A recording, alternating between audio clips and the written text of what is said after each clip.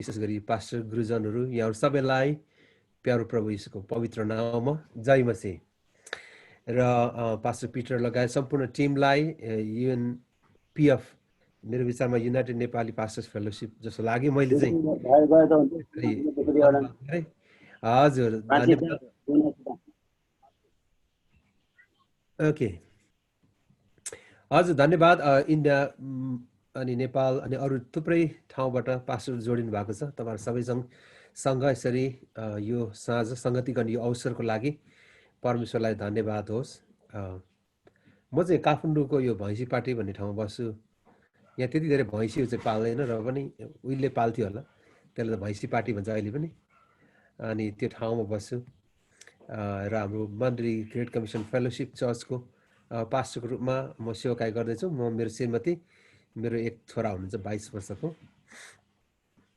Okay मलाई जुन विषय दिनु भएको छ अनि पास्टर पिटरज्यूसँग कुराकानी पनि भइरहेको थियो बिचमा व्हाट्सएपबाट चाहिँ बिचमा मेसेन्जरबाट र थुप्रो विषयहरू कुरा भएको थियो त्यो विषयमा चाहिँ अनि उहाँले पनि कुरा गर्नुभएको थियो पास्टरको फ्यामिलीको विषयमा नै तपाईले कुरा गरिदिनुहोस् भनेर र अघिबाटै केही पास्टर्सहरूले लिडरसिपको विषयमा कुरा गर्नुभयो अनि साथसाथै नानीहरू कसरी हुर्काउने भन्ने विषयमा कुरा गर्नुभएको छ भन्ने विषयमा उहाँले मलाई अलिक जानकारी दिनुभयो त्यसले गर्दा चाहिँ म लिडरसिप र एन्ड फ्यामिली भन्ने विषयमा म तपाईको बिचमा कुरा गर्न गइरहेको छु यो फ्यामिली एकदम ठुलो ब्रडर विषय भएको कारणले गर्दा चाहिँ म एकदम कोही बेला चाहिँ एकदम दोधारमा हुन्छु किन भन्दाखेरि चाहिँ कहाँबाट सुरु गर्ने भनेर किनकि भन्नुपर्ने विषयहरू एकदम धेरै हुन्छ लिमिटेड टाइममा धेरै कुराहरू राख्नुपर्ने एकदम ठुलो टेम्पटेसन भइरहेको छ मेरो लागि तर म पास्टरसँग यसरी कुरा गर्नु पाउँदाखेरि परमेश्वरको वचनबाट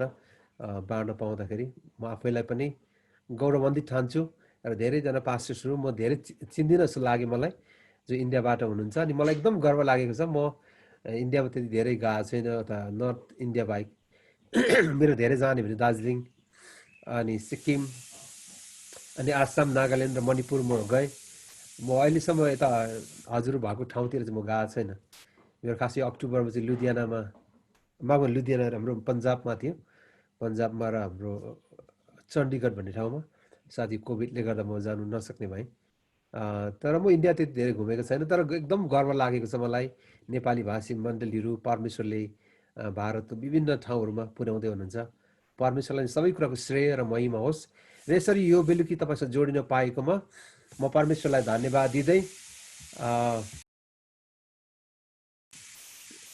यहाँहरू चकित नहुनु होला यदि तपाईँले सिटी बजेको आवाज सुन्नुभयो भने किनकि हाम्रो चाहिँ कोठा धेरै छैन त्यसलाई दुईटा मात्रै कोठा छ त्यसले गर्दा चाहिँ सिटी बजेको आवाज बेलामा सुनिराख्नुहुन्छ म माफ माग्न चाहन्छु अघिबाटै र मैले चाहिँ यी दिनहरूमा चाहिँ बाइबलको खण्डबाटै बोल्ने प्रयत्न गरेको छु र म यहाँ सबैलाई कलसीको पुस्तक 3 अध्यायमा डोर्याउन चाहन्छु तपाईको बाइबल छ भने म विश्वास गर्छु हामी सबैजना पास्टर्सहरू हामी घरमै छौँ अहिले हामी घरमै भएको कारणले हामी सबैसँग बाइबल छ तर म स्क्रिनमा पनि तपाईसँग सेयर गर्न गइरहेको छु ओके मैले अघि पास्टर मोहनलाई नेपालबाट विराटनगर हुनुहुन्छ म पास्टरज्यूलाई अनुरोध गर्न चाहन्छु यसरी नै हामीको बिचमा एकदम मलाई लाग्छ हामी सबैजना नेपाली राम्रो छ त्यसमा कुनै शङ्का छैन म पास्टर मोहनज्यूलाई आजको खण्ड कलसीको 3 अध्यायको 18 पददेखि तल पढिदिनको लागि आग्रह गर्न चाहन्छु यसरी नै हामीको बिचमा अर्को एकजना पास्टर कोही हुनुहुन्छ तपाईँ मलाई पढिदिनु 4 अध्यायको 1 देखि 18 पदसम्म तपाईँले पढिदिनको लागि म पास्टर मोहनज्यूलाई आग्रह गरेँ कलसी 3 अध्यायको 17 पददेखि पढौँ ल 17 देखि अन्तिमसम्म कलसीको 3 को अन्तिमसम्म यहाँले पढिदिनु हुनेछ 25 सम्म त्यसपछि 4 देखि 18 पदसम्म मैले ठ्याक्कै चाहिँ यहाँ के पास्टर जसको चाहिँ नेपाली एकदम राम्रो पढ्नुहुन्छ सबैले पढ्नुहुन्छ जस्तो लाग्दैछ मलाई चाहिँ तर मलाई थाहा छैन मैले कसलाई अनुरोध गरौँ तपाईँहरूमध्ये जसले पढिदिनु भए पनि हुन्छ पास्टर मोहनजी हजुरलाई मैले अनुरोध गरेँ अनम्युट गरेर हजुरले पढिदिनको लागि 17 पददेखि कलसी 3 को 17 देखि 25 सम्म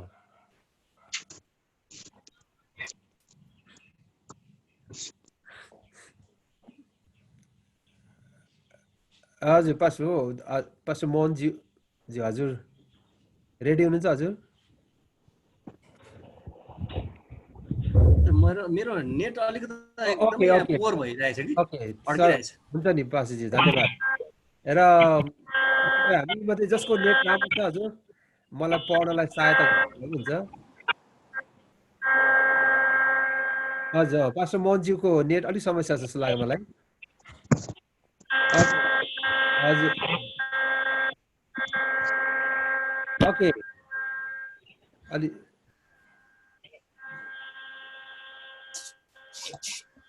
ओके पास्टर पिटरजी हजुरले पढिदिनुहुन्छ हजुरको नेट राम्रो जस्तो लाग्यो मलाई। हजुर कलस्सी 3 अध्यायको 17 देखि भन्नुभयो है? हजुर 25 सम्म। हुन्छ म पढ्दैछु। यहाँ यसरी लेखिएको छ, कुरा वा काममा जे गर्छौ सबै कुरा उहाँद्वारा नै परमेश्वर पितालाई धन्यवाद चढाउँदै प्रभु येशूको नाउँमा पत्नी हो प्रभुको दृष्टिमा सुहाउँदो गरी आफ्नो पतिहरूका अधीनमा बस। पति हो आफ्ना पत्नीहरूलाई प्रेम गरेर तिनीहरूप्रति कठोर नहो। छोराछोरी हो प्रत्येक कुरामा आफ्ना बाबुआमाको आज्ञा पालन गर, किनकि यस कुराले प्रभुलाई प्रसन्न तुल्याउँछ। बाबु हो आफ्ना छोराछोरीहरूलाई रिस नउठाओ, नत्र त तिनीहरू निराश हुनेछन्। हजुर कतिसम्म पढौँ? हजुर 25 सम्म पास्टर। अझै तल पढ्ने? 25 सम्म सक्नुभयो? 3 को 25। हुन्छ अझै पढ्छु बाबा। 22 पद, कमारा हो प्रत्येक कुरामा यस संसारका आफ्ना मालिकहरूलाई आँखाका अगाडि खुसी तुल्याउने मात्र होइन, तर साँचो हृदयले प्रभुको डर राखेर तिनीहरूका अधीनमा बस। तिमीहरू जे गर्छौ दिलो ज्यानले गर्ने गर, मानिसको होइन तर प्रभुको सेवा गरे जस्तै, यो जानेर कि तिमीहरू आफ्ना उत्तराधिकार इनामको रूपमा पाउनेछौ। तिमीहरू प्रभु ख्रिस्टको सेवा गरिरहेका छौ, किनकि आफूले गरेका कुकर्मको फल कुकर्मीले पाउनेछ र यसमा पक्षपात हुँदैन। आमेन। हजुर थ्याङ्क यू। र मैले देख्छु हाम्रो पास्टर बिआर जोशीज्यू लखनऊबाट हुनुहुन्छ।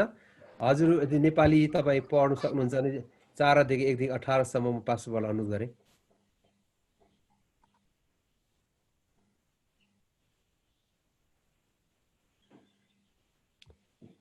ओके बिआर जोशीज्यू हजुर लखनऊबाट हुनुहुन्छ। पास्टर भयो तपाईँले अनम्युट गरेर पढिदिनुहुन्छ भने। सरी पास्टर मसँग त नेपाली छैन है, मसँग हिन्दी छ। ओके ओके पास्टर लालबहादुर बलकोटीज्यू हजुर तपाईँ हजुर पास्टरज्यूलाई अनुरोध गरेँ, तपाईँसँग पढ्नु सक्नुहुन्छ नेपाली? ओके हजुर जाँच लिए जस्तो भयो हजुरसँग है। ओके सायद तपाईँसँग छैन कि जस्तो लाग्यो मलाई। ओके अरू कोही भोलिन्टियर गर्नुहुन्छ? 4 देखि 1 देखि 18 मिनट। ल पास्टर म पढिदिन्छु है त। Thank you. कलेसी 4 को 1 देखि 17 हैन हजुर? 18 सम्म हजुर। हजुर हजुर मैले पढिदिएँ है त। हेलो सुन्दै हुनुहुन्छ? हजुर पास्टर हजुर पढिदिनुहोस् पास्टर। मालिक हो तिमीहरूका पनि स्वर्गमा मालिक हुनुहुन्छ भन्ने जानेर आफ्ना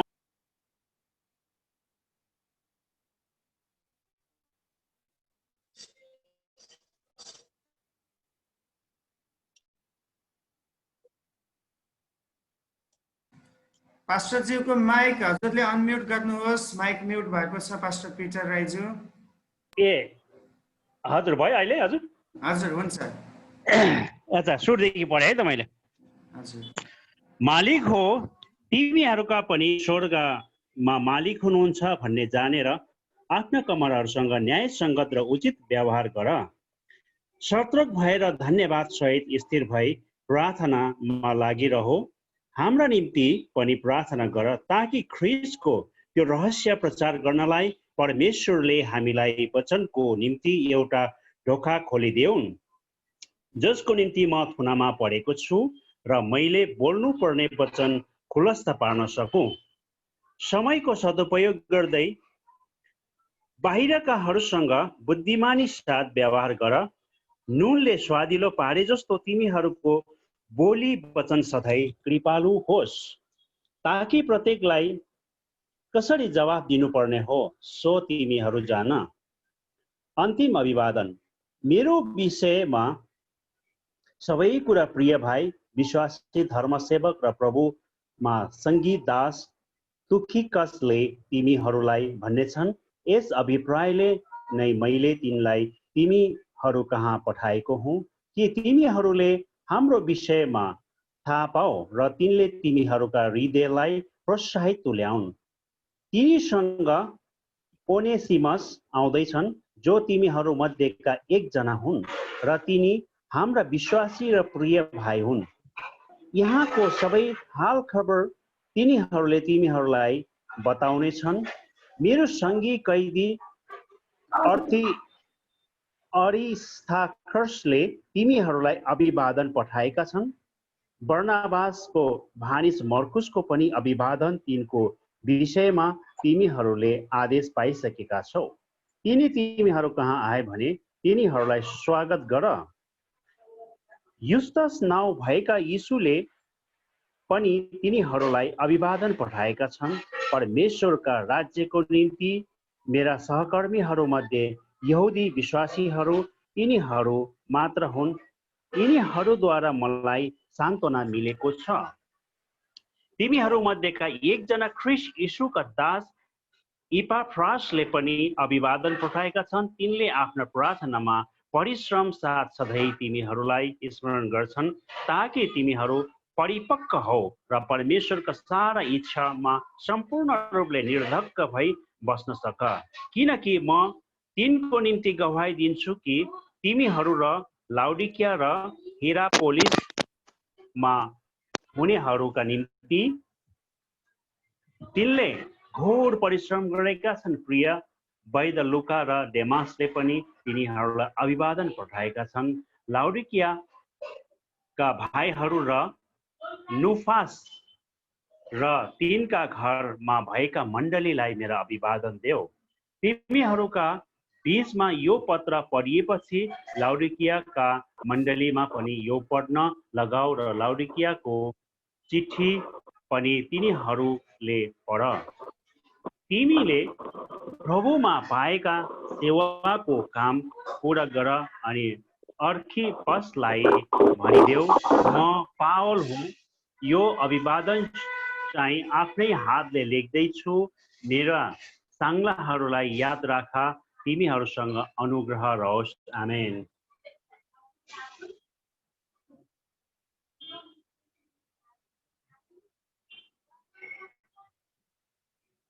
ओके, थ्याङ्क यू, धन्यवाद पास्टर बुवालाई, धन्यवाद पढ्नमा सहायता गर्नुभएको लागि। आउनुहोस् हामी छोटो प्रार्थना गर्छौँ। प्रभु, हामी जुन खण्डलाई हेर्न गइराखेका छौँ अनि हामी सबैजना लिडर्स भएको कारणले गर्दाखेरि चाहिँ हामी प्रार्थना गर्छौँ अनि तपाईँ हामीसँग बोल्नुहोस्। तपाईँ भन्नुहुन्छ जसको कान छ त्यसले सुनोस्, आत्माले मण्डलीलाई के भन्नुहुन्छ। अनि प्रभु, तपाईँ पवित्र आत्माले हामीसँग बोल्नुहुन्छ र तपाईँको वचनको प्रकाशहरू, वचनलाई बुझ्ने ज्ञान समझ तपाईँले हामीलाई खोलिदिनुहोस्। येशू ख्रीष्टको पवित्र अनि उच्च नाममा, आमेन। ओके, मैले यति लामो खण्ड तपाईँको बिचमा पढेँ। पढ्नु पनि जरुरी छ, किन भन्दा चाहिँ हामीले परमेश्वरको वचनद्वारा नै मैले तपाईँको बिचमा बोल्नुपर्छ। मेरो बोल्नुपर्ने एजेन्डाहरू केही पनि छैन, पर्सनल एजेन्डाहरू, तर परमेश्वरको वचन द्वारा नै म तपाईँको बिचमा बोल्न गइराखेको छु। र ओके, आजको यो खण्ड चाहिँ एकदम लामो खण्ड मैले लिएँ। कलसी वास्तव 3 अध्यायको 18 पददेखि 4 को 18 सम्म लगभग 2वटा अध्याय नै हामीले हेर्न गइराखेका छौँ। अनि यो कलसीको पत्रको स्ट्रक्चर जब तपाईँले हेर्नुभयो भने चाहिँ र यो र फिलिपीको अगमा भन्नुहोस् एपिसीको पत्र तपाईँले हेर्नुभयो भने एकदम सिमिलर स्ट्रक्चर छ, संरचना छ। अनि पौलले पनि फिलिपीको अगर एफिससको मण्डलीलाई त्यही कुरा लेख्छन्, तिमीहरू परमेश्वरलाई धन्यवाद चढाउने। तपाईँले याद गर्नुभयो कलसीको यो पत्र कहाँबाट सुरु, 17 पद चाहिँ धन्यवाद चढाउँदै प्रभु यीशु ख्रीष्टको नाउँमा गर भन्छ। अनि तपाईँले एपिसीको पत्रमा पढ्नुभयो भने चाहिँ 20 पद चाहिँ परमेश्वर पितालाई धन्यवाद चढाओ। त्यस पछाडि तुरुन्तै आएको चाहिँ फ्यामिली लाइफको बारेमा कुरा गरेर उसले सुरु गर्छ। पहिलो चाहिँ तपाईँले याद गर्नुभयो पावलले कसरी सुरु गर्छ कलसीमा भन्दाखेरि चाहिँ पति पत्नीको सम्बन्धबाट अनि छोराछोरीको सम्बन्धहरू अनि कमारा कमारीको सम्बन्ध तपाईँले यहाँ हेर्नुहुन्छ 22 पददेखि। अनि त्यस पछाडि चाहिँ पावलले चाहिँ हामीले कसरी संसारमा प्रार्थनामा जिउनुपर्छ, हाम्रो पब्लिक लाइफ कस्तो हुनुपर्छ, अनि त्यस पछाडि हाम्रो एक अर्काको सम्बन्ध कस्तो हुनुहुन्छ भन्ने विषयमा लेखेका छन्। एक्ज्याक्टली एफिसीको पत्र पनि त्यसरी नै उनले लेखेका छन्। पति पत्नीको सम्बन्ध लेख्छन् उनले 22 पददेखि तपाईँले तल अन्तिमसम्म पढ्नुहुन्छ। त्यस पछाडि चाहिँ 4 अध्यायबाट सुरु 6 अध्याय सुरु गर्दा चाहिँ छोराछोरी र आमा बुवाको सम्बन्ध लेख्छन्। अनि फेरि कमारा कमारी र मालिकको बिचको सम्बन्धको बारेमा लेख्छन्। यसको प्याटर्न जुन चाहिँ स्ट्रक्चर छ एकदम सिमिलर स्ट्रक्चर चाहिँ तपाईँले यहाँ देख्नुहुँदैछ। ओके, सिमिलर संरचना चाहिँ तपाईँले अहिले यहाँ देख्दै हुनुहुन्छ। मैले यो तपाईँहरूलाई बताउन चाहेको कुरा चाहिँ के भन्दा चाहिँ अहिले हामी यो जुन खण्ड हेर्न गइराखेका छौँ यो खण्डबाट हामीले चाहिँ हाम्रो फ्यामिलीको बारेमा, हाम्रो लिडरसिपको सेवाकाईको बारेमा पनि हामी कुरा गर्नेछौँ। दुईवटा विषयलाई हामी सँगसँगै लान खोजिराखेका छौँ। अनि कलसीको पत्रलाई आजको यस खण्डलाई हामीले हेर्दै गर्दाखेरि चाहिँ मैले तपाईँहरूसँग 4वटा पीको बारेमा कुरा गर्नेछु, जुन चाहिँ आजको यस खण्डमा कलसीको 3 अध्यायको 18 पददेखि 4को 18 पदसम्म पावलले लेख्दछन्। पहिलो पी चाहिँ प्राइभेट लाइफ, हाम्रो निजी जीवनको बारेमा पावलले लेख्दछन्। हाम्रो निजी जीवनभित्र चाहिँ, हाम्रो प्राइभेट लाइफभित्र चाहिँ उनले 3वटा कुरालाई याद गरेका छन्। अनि त्यो चाहिँ 18 र 19 पद चाहिँ श्रीमान श्रीमतीको सम्बन्ध कस्तो हुनुपर्छ, अनि दोस्रो चाहिँ आमा बुवा र छोराछोरीको सम्बन्ध कस्तो हुनुपर्छ 20 र 21 पद। त्यस पछाडि 3को 22देखि 4को 1 पदसम्म चाहिँ मालिक र दासको बिचको सम्बन्ध कस्तो हुनुपर्छ। एकदम प्राइभेट लाइफभित्र, हाम्रो निजी जीवनभित्र चाहिँ 3वटा कुराहरू, पति पत्नीको सम्बन्ध, आमा बुवा र छोराछोरीको सम्बन्ध, र हामी जहाँ काम गर्छौँ त्यहाँ हामीले कसरी जिउनु पर्छ त्यो विषयमा लेख्छन्। त्यस पछाडि तपाईँले 4 अध्यायको 2देखि 4 पदसम्म चाहिँ हाम्रो प्रेयर लाइफको बारेमा, हाम्रो प्रार्थनाको जीवनको बारेमा उनले लेख्दछन्। अहिले हामी हाम्रो फ्यामिली प्रेयर लाइफको विषयमा कुरा गर्नेछौँ।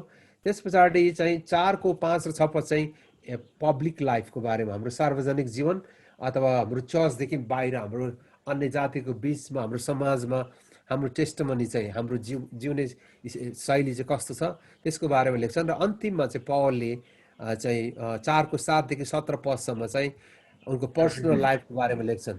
पर्सनल लाइफ भनेको चाहिँ उनको व्यक्तिगत एक अर्कासँगको उनको सम्बन्ध चाहिँ कसरी उनले मण्डलीभित्र र क्रिस्चियन समाजभित्र उनको सम्बन्ध चाहिँ कस्तो थियो त्यो विषयलाई पनि हामी हेर्नेछौँ।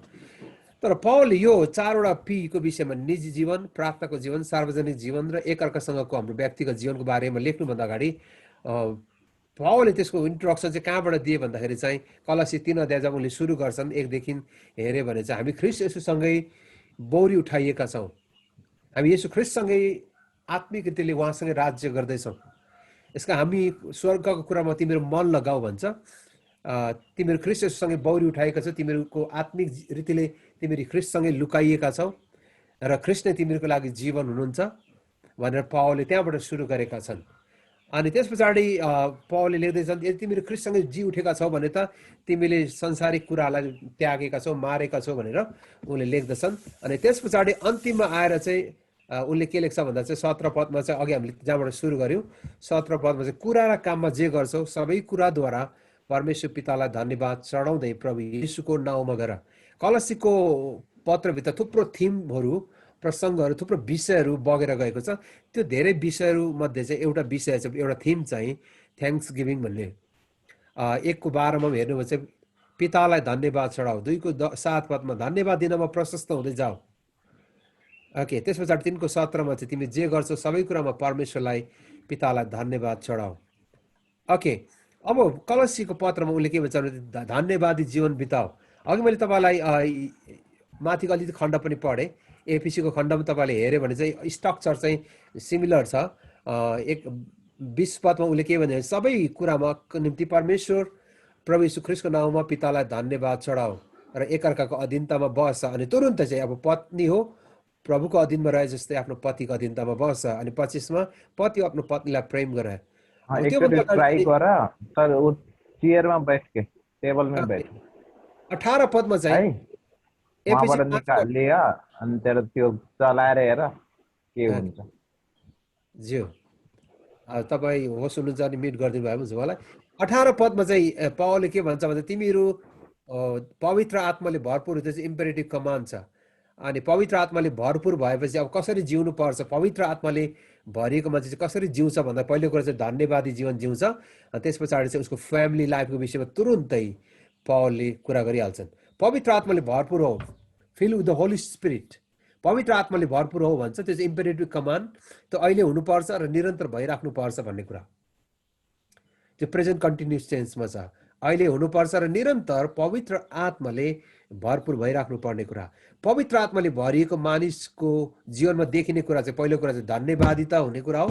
त्यसपछि तुरुन्तै पावल गएको कुरा चाहिँ पति पत्नीको सम्बन्धको बारेमा याद गर्नुभयो। त्यस पछाडि चाहिँ आमा बुवा र छोराछोरीको सम्बन्धको बारेमा, अनि त्यस पछाडि कमारा कमारीको विषयमा, जहाँ हामी अहिले काम गर्छौँ, कमारा कमारी त अहिले छैन, तर हामी जहाँ काम गर्छौँ अहिले हामी त्यहाँ त्यसलाई पनि अहिले हामीले लिनुपर्ने हुन्छ।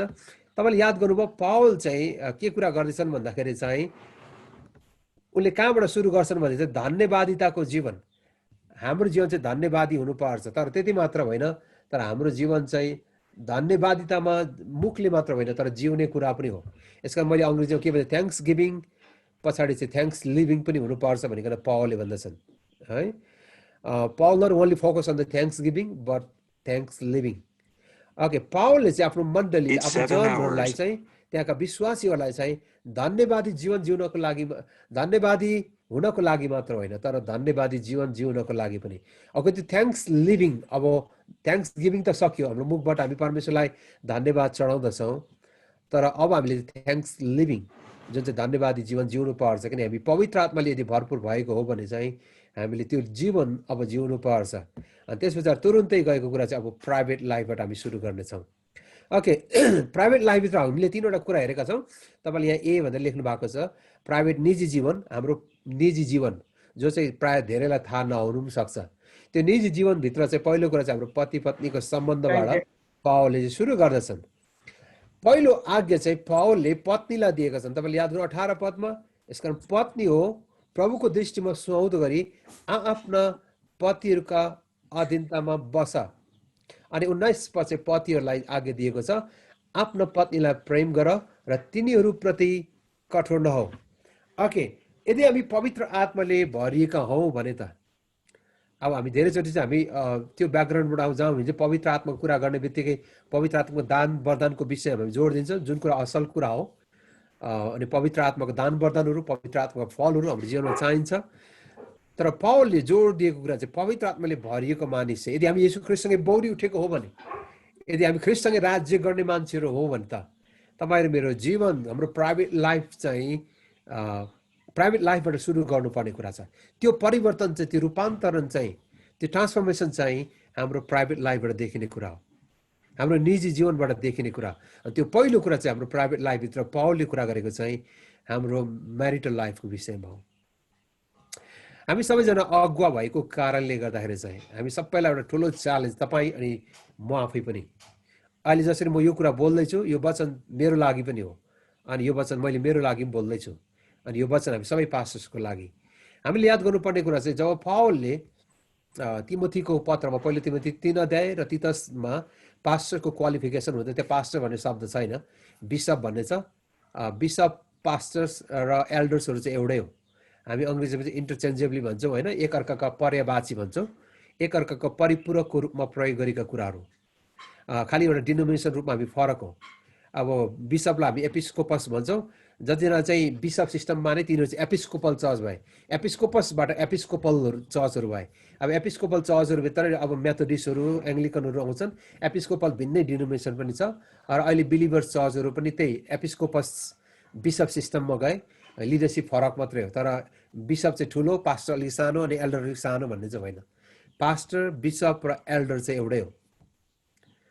हामीले त्यो कुरा चाहिँ बुझ्नुपर्ने कुरा। अब जतिजनाले एल्डरसिप माने, एल्डरलाई चाहिँ हामी ग्रिकमा प्रेसबिटेरोस भन्छौँ, जतिजनाले एल्डरसिप माने, पास चर्चमा चाहिँ एल्डरहरू चाहिँ मेन जिम्मेवारी सुम्पिए, तिनीहरू चाहिँ प्रेसबिटेरोस, जसबाट चाहिँ प्रेसबिटेरियनहरू भएर गए।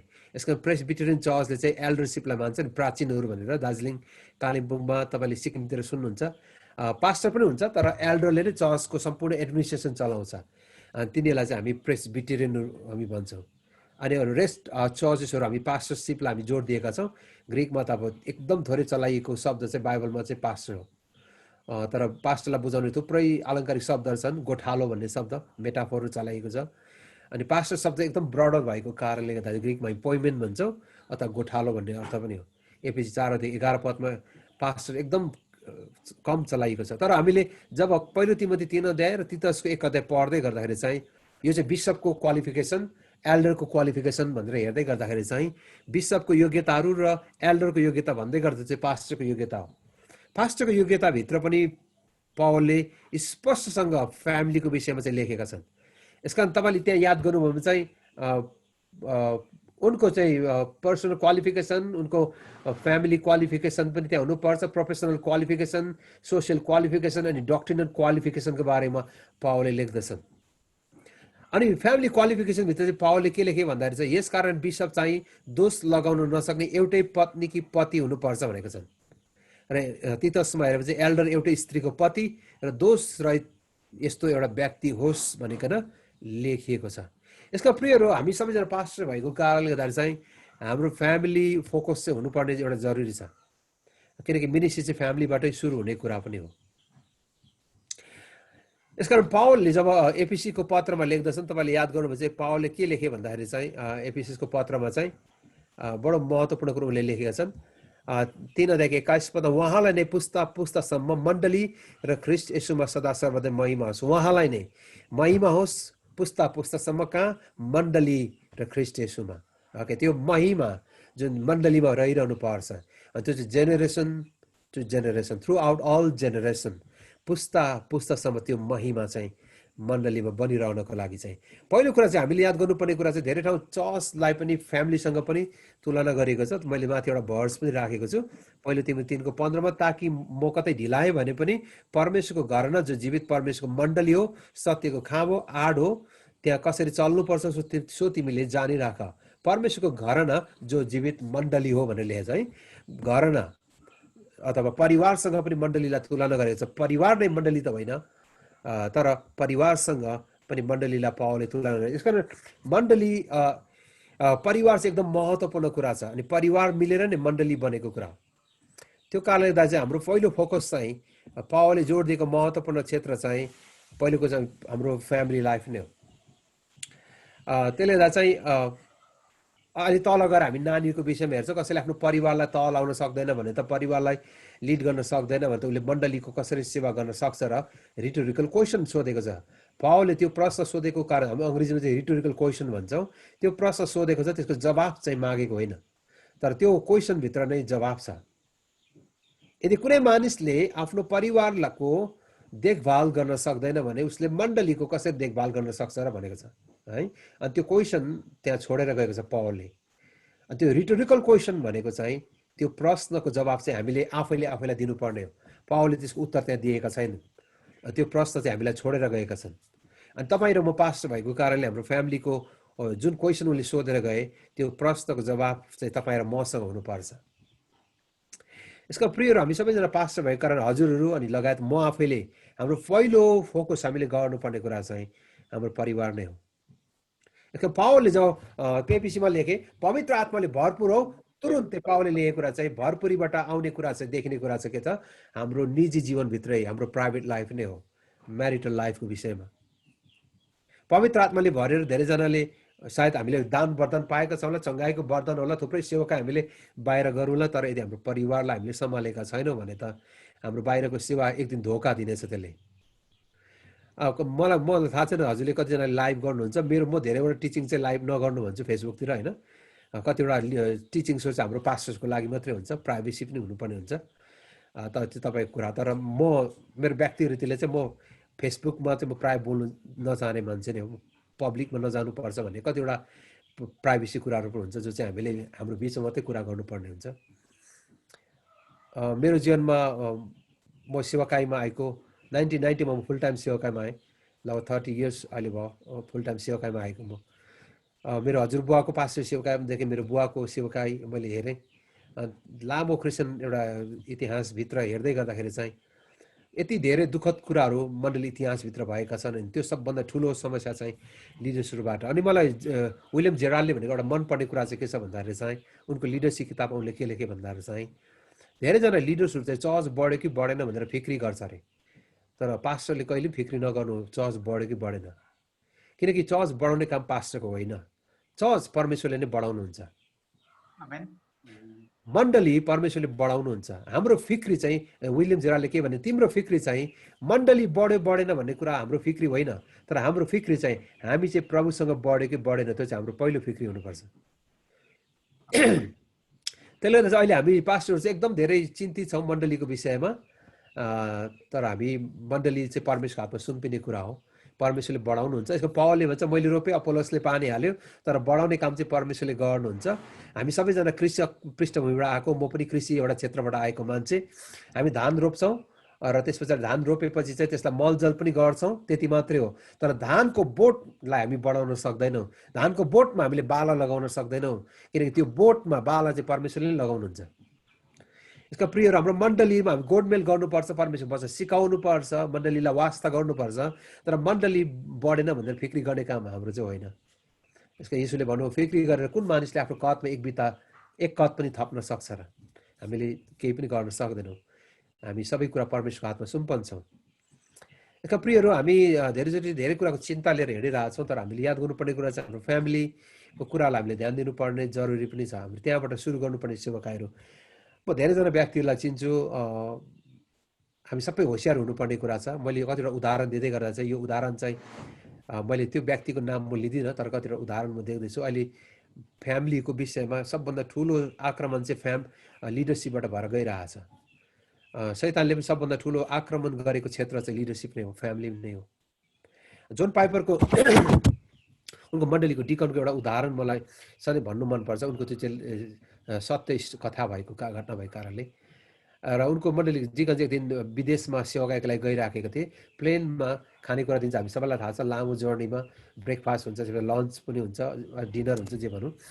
अनि त्यहाँ थुप्रै प्रकारका तपाईँले खानेकुरा जुसहरू अरू थुप्रै बाँडिराख्छन् एयर होस्टेसले। अनि त्यो उनको त्यो डिकनको छेउमा बसे एकजना दिदीले चाहिँ खाना पनि खाएन, केही जुसहरू पनि पिएनन्, पानी पनि पिएनन्, निरन्तर प्रार्थना गरिरहेको थिइन् घोप्नेर। अनि एकदिन पछि उहाँको धेरै लामो जर्नी पछाडि त्यो दिदी टोयलेट गरेर फर्केर आइन्, रेस्टरुम गरेर आइन्।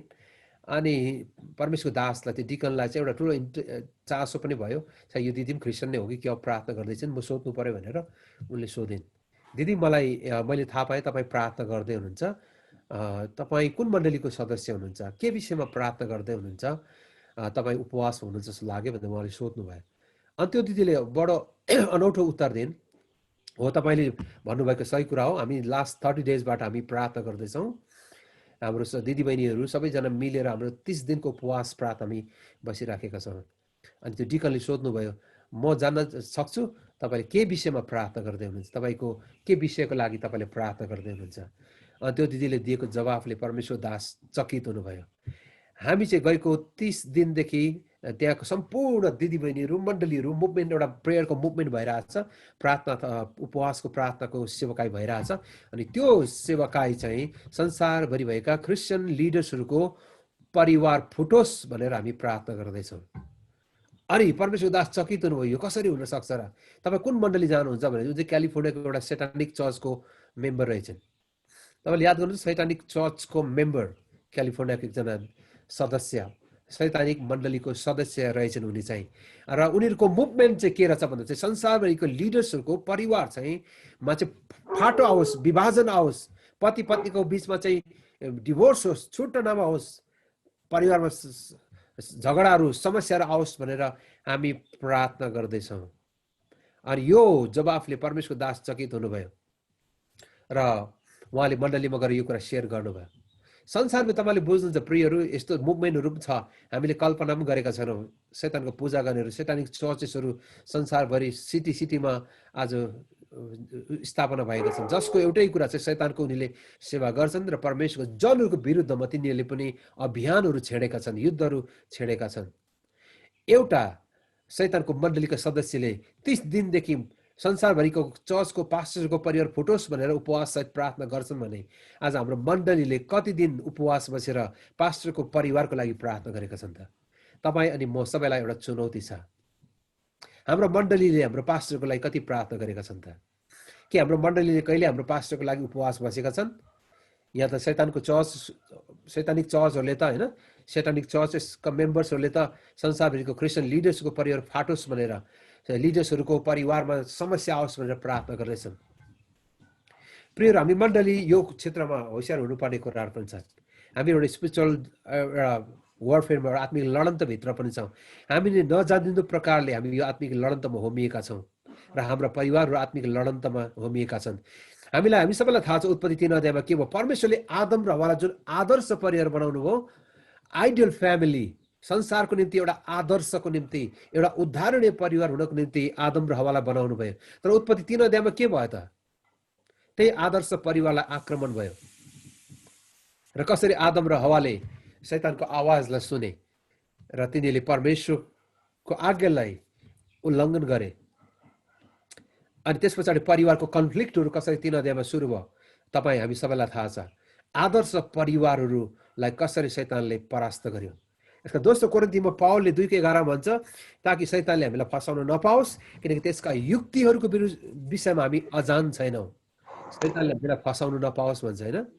तपाईँले याद गर्नु, त्यसका त्यो युक्ति भनेको चाहिँ त्यसका चलाकी, त्यसका षड्यन्त्र, त्यसका धुर्ताइहरू, त्यसका जालोहरू, पाटोहरू भनेको त्यसका चलाकी हामीलाई फसाउनको लागि रात दिन प्रयत्न गरिराखेको छ। यसको हामी लिडर्सको यो विषयमा कजराको हजुर भोटले पनि म्युट गर्नु। ओके हजुर, थ्याङ्क यू बेला बेलामा हजुर। ओके, एकान शैतानको युक्तिहरू यति धेरै हाम्रो विरुद्धमा खडा भयो। कोही कोही हामी कहिलेकाहीँ चाहिँ हामीहरू यो विषयमा हामी अन्जान, पावलले त यसो भन्छ हामी चाहिँ अन्जान छैनौँ भन्छ, अनभिज्ञ छैनौँ, हामी सबैलाई थाहा छ। तर हामी तयारी हुनुपर्ने कुराहरू पनि छन्। म सानोमा जब जवान सङ्गतिको म अगुवा थिएँ, मैले एकजना पास्टर हाम्रो घरमा आउनुभयो। म चाहिँ एकदम जवान थिएँ त्यो बेला, म बिहा गरेको थिइनँ। अनि उहाँले एउटा गीत सुनाउनु मलाई, अनि मैले कहिले नचिनेको मान्छे गीत सुनाउनु भयो। म इन्डियाबाट आएको भन्नुभयो, गीत सुनाउनु भयो, मैले गीत सुने। यति धेरै कि यो गीत मैले बनाएको भन्नुभयो। त्यो गीत चाहिँ उहिले हामीले सुनेको, एकदम राम्रो गीत। अनि त्यस पछाडि बेलुकीको त्यो घरेलु सेवा पनि थियो, मैले उहाँलाई लिएर गएँ, आज बस्नुहोस् न त हामीसँगै। अब उहाँले गीत सुनाउनु भयो, मैले पनि बस्छु भने म पनि डेरामा बस्थेँ होइन। चर्चकै सानो एउटा कोठा थियो, त्यो कोठामा बस्ने काम पनि गर्थेँ। म कलेज पढ्दै थिएँ बेला। अनि त्यस पछाडि उहाँले बेलुका गवाई दिनुभयो, यति रुवावासी भयो चर्चमा है, जागृति आयो। त्यो घरेलु सेवामा मैले उहाँलाई गवाई मात्रै भन्नु दिएको थिएँ। अनि उहाँको गवाईको कारणले हाम्रो मण्डलीको पास्टर यति साह्रो प्रभावित हुनुभयो कि उहाँलाई अझै 1 हप्ता यहाँ राख्नु भन्नुभयो। अनि 1 हप्ता अझै उहाँलाई चर्चमा राखेर आमाहरूको भिन्दै सेवा, बुवाहरूको सेवा, अनि रिभाइबल सेवाहरू भयो। ठुलो परमेश्वरले काम गर्नुभयो। परमेश्वरलाई महिमा होस् त्यो कामको लागि। हिलिङहरू भयो, ठुलो मिराकल्सहरू भयो, परमेश्वरले छुटकारा डेलिभरीको कामहरू गर्नुभयो। अनि त्यसपछि यो कुरा सुनेपछि अर्को मण्डलीले, त्यहाँ छिमेकी मण्डलीले पनि बोलाउन थाले। अनि 3 हप्ताभित्र त उहाँ एकदम बिजी हुनुभयो। अनि एक दिन मैले उहाँलाई छिमेकी मण्डली लिएर जाँदै थिएँ बस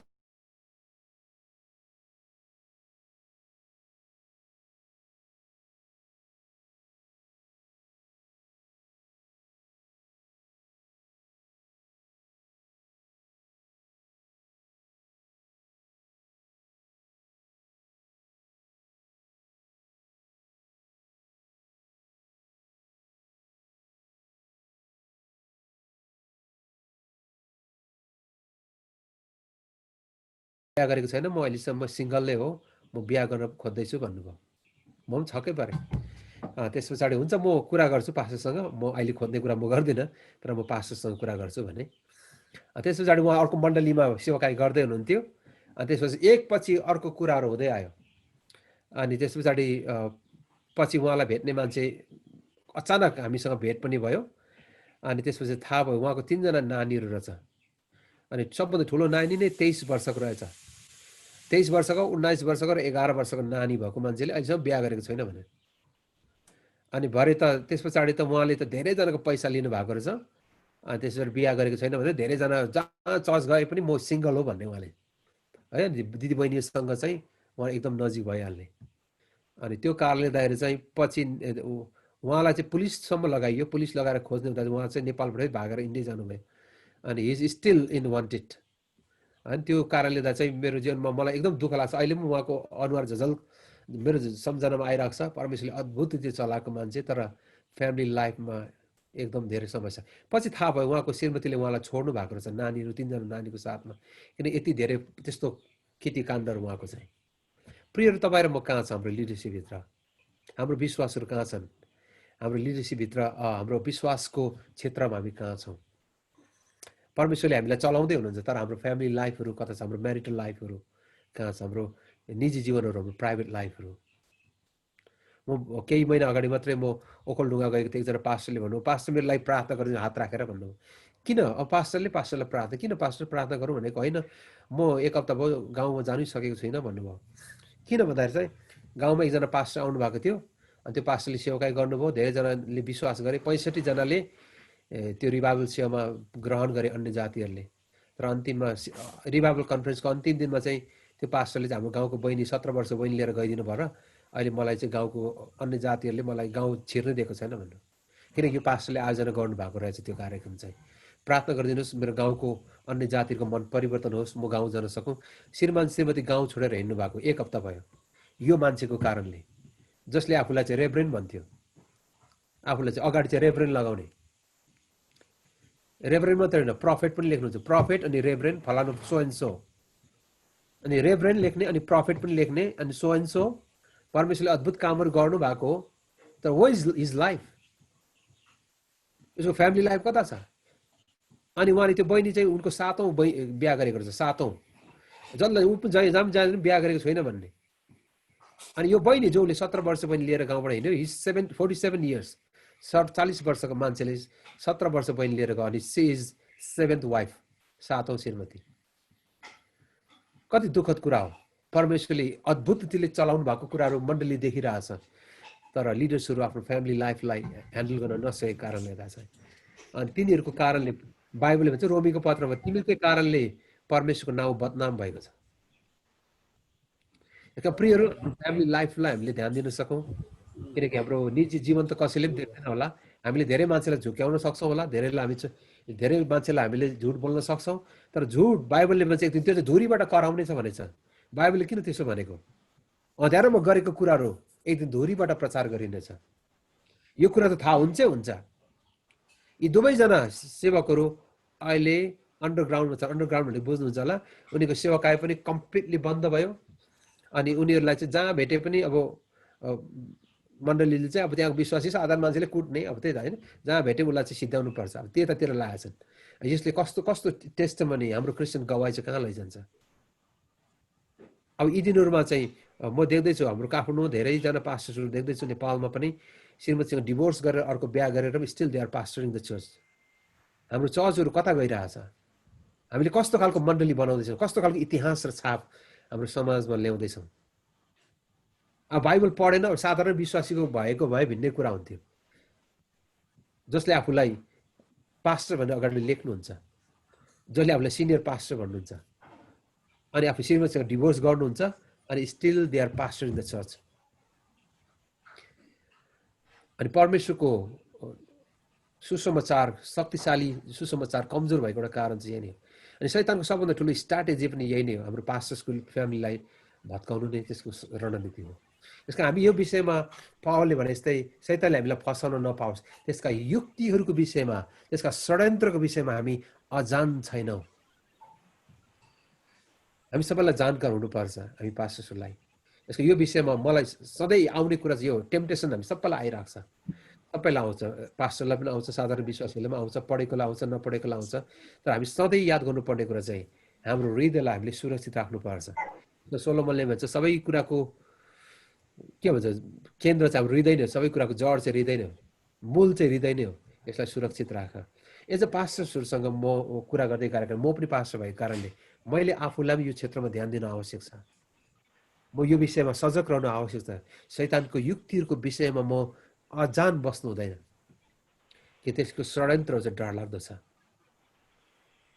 यसकारण अहिले म तपाईँलाई स्ट्याटिस्टिकहरू पनि देखाउँछु। तपाईँले याद गर्नुभयो भने चाहिँ अहिले डिभोर्स रेटहरू अहिले मैले भर्खर यो तपाईँले गुगलमा हेर्नुभयो हुन्छ। अब क्याथोलिकहरू अमेरिकाको अहिले अब सबै हामी क्रिस्चियनिटी भन्ने बित्तिकै संसारभरि सबै चर्चहरूको त मेरो सर्वे भएको छैन होला, अमेरिकामै पनि धेरै सर्वे गर्छ। अमेरिकाको क्याथोलिक चर्चहरूको सम्पूर्ण विश्वासीमध्ये 19% चाहिँ डिभोर्स हुँदो रहेछ। तर प्रोटेस्टेन्ट चर्चभित्र हेर्नुहोस् त 51% डिभोर्स रेट प्रोटेस्टेन्ट चर्चहरूभित्र। 4752 जना इन्डिभिजुअल्ली भेटेर कुरा गरेको। माथि क्याथोलिकको पनि त्यही नै हो, 4752 जनालाई नै इन्टरभ्यू गरेको थियो, तर 19% चाहिँ डिभोर्स रहेको रहेछ। तर प्रोटेस्टेन्ट चर्चहरू हेर्नुहोस् त त्यही नम्बरमा परिवारलाई भेटेको, तर 51% डिभोर्स रेट। अनि त्यो पनि इभान्जेलिकल प्रोटेस्टेन्ट चर्चहरू चाहिँ 28% छ। इभान्जेलिकल प्रोटेस्टेन्ट चर्चेसहरू। अब मर्मनहरू जो झुटा शिक्षा छ उनीहरूको चाहिँ 1% छ। हेर्नुहोस् त जेहोभा विटनेसको 9% छ, अर्थोडक्स क्रिस्चियनहरूको 9% छ, मुस्लिमहरू 31% छ अमेरिकामा। अब हामी evangelical church so and so evangelical protestant चर्चेसहरू चाहिँ हामी हाई रेटमा छौँ 28%। अझै प्रोटेस्टेन्ट चर्चभित्र अब थुप्रै अरू पनि पर्छ होइन, त्यो चाहिँ 51% छ। अब इन्फिडेलिटी भनेको बुझ्नुहुन्छ होला, विवाहभन्दा बाहिर सम्बन्ध राख्ने, हामी त्यसलाई चाहिँ एक्स्ट्रा म्यारिटल लभ एफेयर पनि भन्छौँ।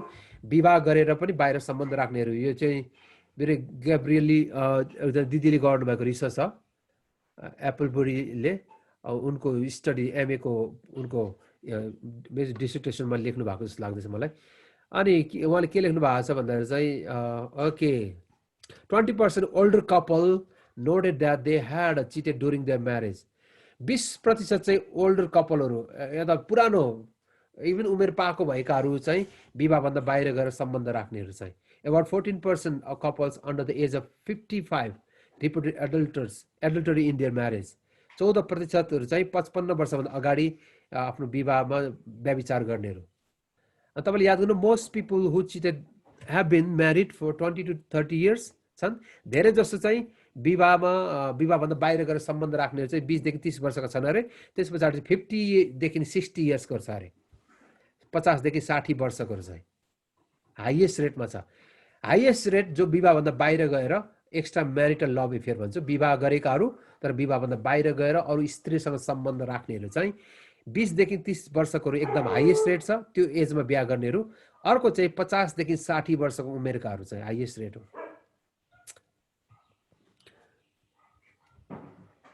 म अमेरिकाको एउटा फिनिक्सको एउटा अमेरिकन चर्चमा म गएको थिएँ। अनि त्यो चर्चमा चाहिँ पास्टरले चाहिँ प्रार्थना गर्नुभएको थियो। अनि पास्टरले चाहिँ जतिजना चाहिँ तपाईँहरू डिभोर्स गर्नुभएको छ आज म तपाईँको लागि प्रार्थना गर्छु भनेर उहाँले बोलाउनु भएको थियो। उहाँको 3वटा सेवा हुन्थ्यो। पहिलो सेवा उहाँको लगभग 2000 विश्वासीहरू, त्यसमा पहिलो सेवामा लगभग 1200 आउँदो रहेछ। सेकेन्ड सेवा चाहिँ उहाँको 11 बजीदेखि 12:30सम्म, र थर्ड सेसन चाहिँ उहाँको बेलुका हुँदो रहेछ 2:30बाट 4। अनि म थर्ड सेसनमा गएको थिएँ। एराउन्ड 350 देखि 400 विश्वासी थियो होला त्यो बेला। अनि पास्टरले जब अगाडि बोलाउनु भयो प्रार्थना गर्नको लागि चाहिँ लगभग कुर्सीमा पछाडि बेन्चमा मान्छे थिएन, त्यो पुलपिट पुरै भरिएको थियो। अनि त्यो दिन पास्टरले रुँदै प्रार्थना गर्नुभयो। मलाई पनि यो कुरा थाहा थिएन, हाम्रो मण्डलीभित्र यति धेरै डिभोर्स भएका परिवार रहेछन्। पछाडि बेन्चमा बस्ने मान्छेहरू लगभग 25 to 30 25 देखि 30% थियो होला। लगभग 70% भन्दा बढी मानिसहरू पुलपिटमा आएका थिए। त्यत्रो ठुलो पुलपिटमा नअटेर कुर्सीहरूलाई पछाडि हटाएर उनले प्रार्थना गर्नु परेको थियो। अनि पास्टरले रुँदै त्यो दिन प्रार्थना गरे ती डिभोर्स परिवारको लागि। तपाईँ कल्पना गर्नुहुन्छ अब यो कुराहरू हाम्रो समाजमा आइरहेछ। अनि अब नेपाली समाजमा पनि यो कुराहरू बढेर गइरहेछ। अब नेपाल अनि इन्डिया सबै देशमा छोडपत्रको अनुमति सरकारले दिएको छ। त्यो कारणले गर्दाखेरि फाइनेन्सियल स्ट्याटसको विषयमा थुप्रै च्यालेन्जेसहरू पनि छ। थुप्रै कारणले गर्दाखेरि चाहिँ परिवारमा चुनौती आइरहेछन्। त्यो कारण परिवारमा समस्या आइरहेछ। अब म तपाईँलाई अन्तिममा तपाईँले यो स्ट्याटिस्टिक पढ्नु सक्नुहुन्छ होइन। मैले यो चाहिँ बार्ना ग्रुप र ले गरेको स्ट्याटिस्टिक हो। बार्ना ग्रुप भने चाहिँ अमेरिका एकदम धेरै पपुलर टिम छ। अनि त्यस पछाडि चाहिँ बार्ना ग्रुपहरू चाहिँ एकदम पपुलर टिमहरू, उनीहरूले गरेको रिसर्चहरू यो। ओके 80% पास्टरले यो कुरा विश्वास गर्छन् अरे कि तिनीहरूको सेवाकाईमा चाहिँ तिनीहरूको सेवाकाईको कारणले तिनीहरूको परिवारमा चाहिँ नकारात्मक प्रभाव परेको छ भन्नेहरू चाहिँ 80% छ। यसकारण धेरै सो पास्टरको परिवार र नानीहरू चाहिँ चर्च जाँदैन भन्नेहरू चाहिँ। Okay 65% pastor feel their family lives in the glass house भनेको चाहिँ ग्लास हाउस भनेको चाहिँ अमेरिकातिर चाहिँ ठुलो घर अगाडि हुन्छ, पछाडि सानो घर हुन्छ, सामान राख्ने घर, त्यस्तो घरमा बस्नेहरू भनेको। Okay 23% pastor report being distance to their family. 23% pastor चाहिँ के भनेर भन्दाखेरि चाहिँ उनीहरू आफ्नो परिवारदेखि एकदम धेरै टाढिएका छन्, सेवकाईको कारणले फ्यामिलीदेखि एकदम टाढो भएकाहरू। 65% pastors feel they have not taken enough vacation time with their family over the last 5 years. र आफ्नो परिवार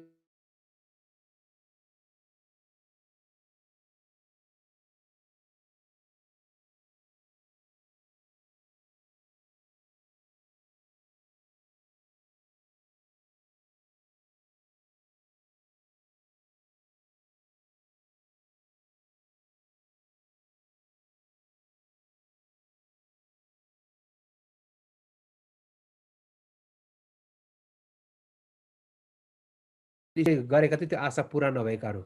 66% church members expect the ministry and the family to live a higher moral standard than themselves.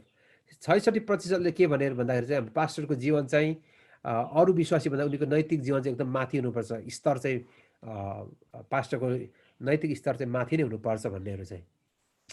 Okay त्यस पछाडि okay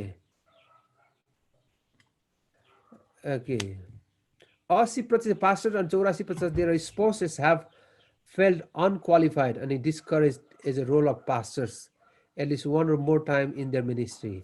okay यो अरू थुप्रै रिसर्चहरू यहाँ छ, तपाईँले म पछि तपाईँले चाहनु भने म पठाइदिन सक्छु हैन, यो गुगलबाटै मैले निकालेको। अब यो बार्नाको चाहिँ मलाई एकदम बार्ना ग्रुपको चाहिँ एकदम रिसर्च मलाई मनपर्छ। अहिले फ्यामिलीहरूको क्राइसिसको विषयमा फ्यामिली क्राइसिसको कारणले चाहिँ पास्टरका सेवकाई छोड्नेहरू एकदम बढेर गइरहेछ। यसकारण हामी सबैले याद गर्नुपर्ने कुरा चाहिँ हाम्रो फ्यामिलीलाई हामीले ध्यान दिनुपर्ने कुराहरू पनि छन्।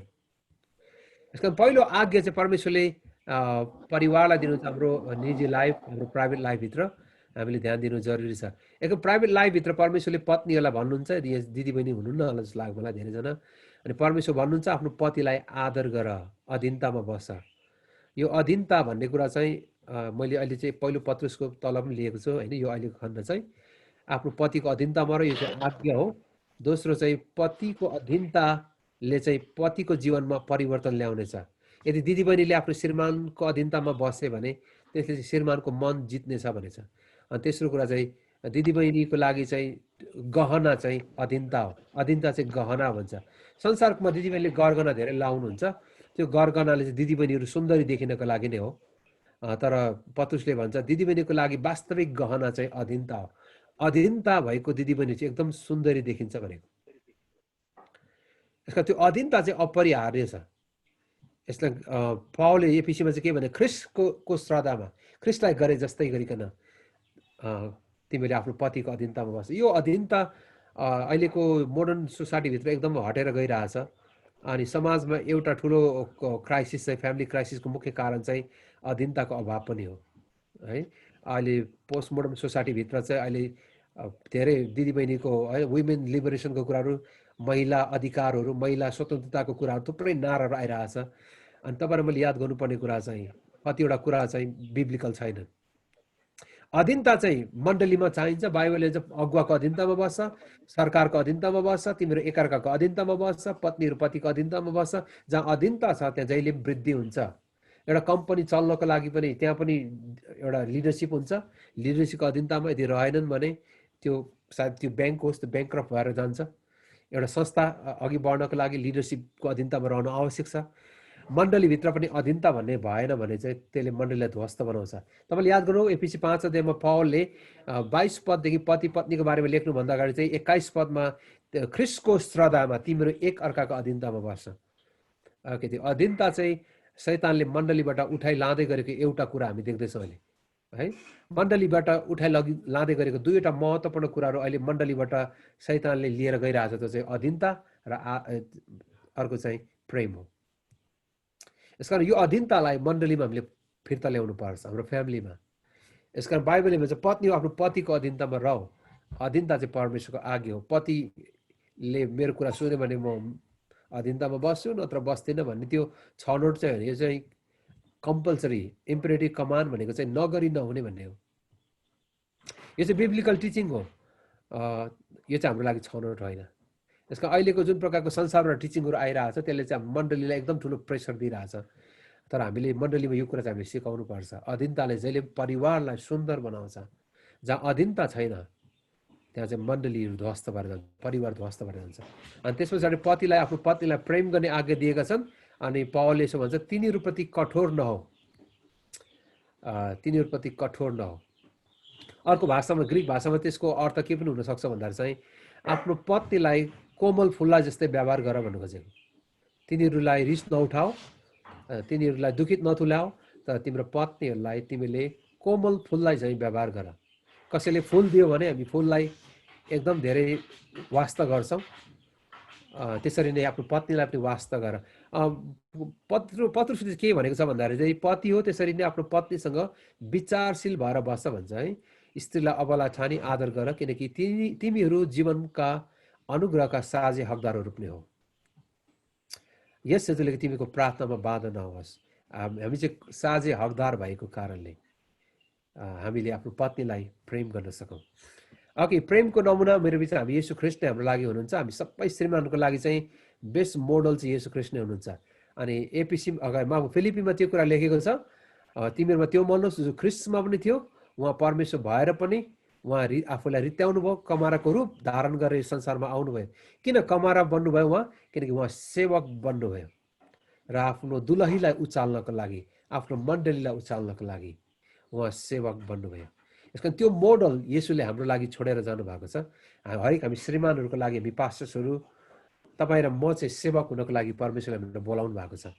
अनि येशू पनि स्वर्गलाई छोड्नुभयो र संसारमा आफूलाई रित्याएर कमाराको रूप लिएर आउनुभयो। अनि त्यसको परिणाम चाहिँ के भयो भनेर 9मा लेखेको छ, यसै कारण पनि परमेश्वरले उहाँलाई उच्च पार्नुभयो। कसरी उचालिनु भयो येशू ख्रीष्ट? जब उहाँ आफ्नो दुलही, आफ्नो मण्डलीको लागि मर्नको लागि पनि उहाँ दास बनेर उहाँ झुक्नुभयो। अनि यसकारण येशू ख्रीष्ट उचालिनु पनि भयो। हाम्रो परिवारमा हामी उचालिने एउटा तरिका चाहिँ हामी सेवा गरेर नै हो।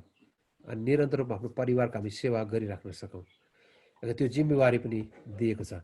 त्यस पछाडि चाहिँ आमा बुवा र छोराछोरीको सम्बन्ध, यो चाहिँ स्टिल निजी लाइफको बारेमा पावल लेख्दैछन्। आमा बुवा र छोराछोरीको सम्बन्धको विषयमा, छोराछोरी हो प्रत्येक कुरामा आफ्नो आमा बुवाको आगे पालन गर, जुन कुराले प्रभुलाई प्रसन्न तुल्याउँछ। अब यो आमा छोराछोरी यहाँ हुनुहुन्न, तर पावलले यसो भन्छ, छोराछोरीहरूले आगे पालन गर्नुपर्ने कारण चाहिँ मुक्तिको लागि त होइन, तर यो कुराले परमेश्वरलाई प्रसन्न तुल्याउँछ। एपिसीमा चाहिँ के लेख्छ भने यो चाहिँ प्रतिज्ञा सहितको आज्ञा पनि हो। अघि बुवाहरूलाई परमेश्वरको आज्ञा छ, आफ्नो छोराछोरीलाई रिस नउठाऊ, नत्र त तिनीहरू निराश हुनेछन्। ओके, अब एपिसीमा चाहिँ के लेखेको छ भन्दा बुवाहरू आफ्नो छोराछोरीलाई रिस नउठाऊ, तर तिनीलाई प्रभुको अनुशासन र शिक्षामा हुर्काऊ। हामी सबै पास्टरको लागि एउटा ठुलो जिम्मेवारी चाहिँ यही नै छ, हाम्रो नानीहरूलाई प्रभुको वचन सिकाउनु पर्ने कुरा सानो छँदाखेरि नै। मलाई लाग्छ हामी धेरैजना पास्टर्सहरू हाम्रो नानीहरू हुर्किसक्यो होला, तर हामीले सानो बाल्यकालदेखि नै सिकाउनु पर्ने कुरा छ र म विश्वास गर्छु हामीले सिकाइ नै राखेका छौँ। म एउटा परिवारमा धेरै वर्ष अगाडि गएको थिएँ, पास्टरको परिवारमा। अनि पास्टरले चाहिँ नानीहरूलाई भन्नुभयो, पास्टर आउनु भएको छ, नानीहरू सबैजना आऊ प्रार्थना गर्नको लागि। उनको 13 वर्षको छोरीले चाहिँ म आउँदिनँ प्रार्थनामा भने। मैले सुनिरहेको थिएँ, अङ्ग्रेजीमा उसले भन्यो, I'm not gonna join in prayer भन्नु। अनि बाउले भने किन प्रार्थनामा आउँदिनस् भनेको? आइएम नट अ क्रिस्चियन भने। 13 वर्षको छोरीले म क्रिस्चियन होइन, you guys go head and pray भन्नु। तपाईँहरू प्रार्थना गर्नुहोस्, म त प्रार्थना गर्दिनँ किन म क्रिस्चियन होइन भने। 13 वर्षको छोरीले, पास्टरको छोरीले। प्रियहरू, हामीले हाम्रो नानीहरूलाई सानैदेखि प्रभुको शिक्षामा हुर्काउनु पर्छ। यसकारण तिमोथीलाई लेख्दै गर्दा, तिमोथी पास्टर भएको कारणले हो। ओके, आफ्ना घर राम्ररी चलाउन सक्ने र आफ्ना छोराछोरीलाई आदरपूर्वक पालन गर्ने बनाउनु। यदि कुनै मानिसले आफ्नो घरकालाई तह लगाउन जान्दैन भने तिनले परमेश्वरको मण्डलीको रेखदेख कसरी गर्न सक्छ र? अघि मैले भनेको रिटोरिकल क्वेसन भनेको यही नै हो। यो क्वेसन सोधेर पावलले हामीलाई छोडेका छन्। अनि यसको एन्सर हामी सबै पास्टर्सहरूले आफैलाई दिनुपर्ने कुरा छ कि हामीले हाम्रो नानीलाई प्रभुको शिक्षामा हुर्काइराखेका छौँ। तीतसमा पनि पावलले त्यही कुरा लेखे, एल्डरहरू एउटै स्त्रीको पति दोषरहित र यस्तो व्यक्ति जसका छोराछोरीहरू विश्वासी हुन्, चरित्रहीन र अनाज्ञाकारी नहुन्। अनि तीतसको 2 अध्यायमा गएर तीतसले के भन्दा वृद्ध मानिस भनेको छ, यो चाहिँ विशेष गरी श्रीमानहरूलाई भनेको, तिनीहरू संयमी हुन्, गम्भीर हुन्, समझदार, विश्वासमा पक्का, र प्रेम र धैर्यतामा तिनीहरू दृढ हौँ। यसका हाम्रो नानीहरूसँग हाम्रो रिलेसनसिप कस्तो छ? यदि हाम्रो आमा बुवाहरू स्टिल जीवित हुनुहुन्छ भने, तपाईँ र म यदि पास्टर हो भने चाहिँ हाम्रो आमा बुवासँगको हाम्रो रिलेसनसिप चाहिँ कस्तो छ? हामीले आफैले जाँच्नुपर्ने कुरा छ। यदि हाम्रो आमा बुवाहरू स्टिल जीवित हुनुहुन्छ र हाम्रो सम्बन्ध यदि ठिक छैन भने हाम्रा छोराछोरीले त्यो कुरा चाहिँ देखिरहेको छ। हामीले आफ्नो आमा बुवालाई कसरी व्यवहार गर्छौँ, हाम्रो रिलेसनसिप कस्तो छ, त्यो कुरा चाहिँ नानीहरूले पनि याद गरिरहन्छ। यसका तपाईँ र म पास्टर भएको कारणले हाम्रो ड्याड ममहरूसँग हाम्रो आमा बुवाहरू स्टिल जीवित छन् भने, चाहे तिनीहरू विश्वासी हुन् वा नहुन्, उनीहरूसँगको हाम्रो रिलेसनसिप चाहिँ राम्रो कायम गर्नुपर्ने कुरा छ। सायद हाम्रो आमा बुवाले विश्वास गरेका छैनन् भने पनि उनीहरूसँगको हाम्रो रिलेसनसिपलाई हामीले कायम राख्नुपर्छ। यो कुरा चाहिँ हाम्रो नानीले देख्नुपर्ने कुरा हो।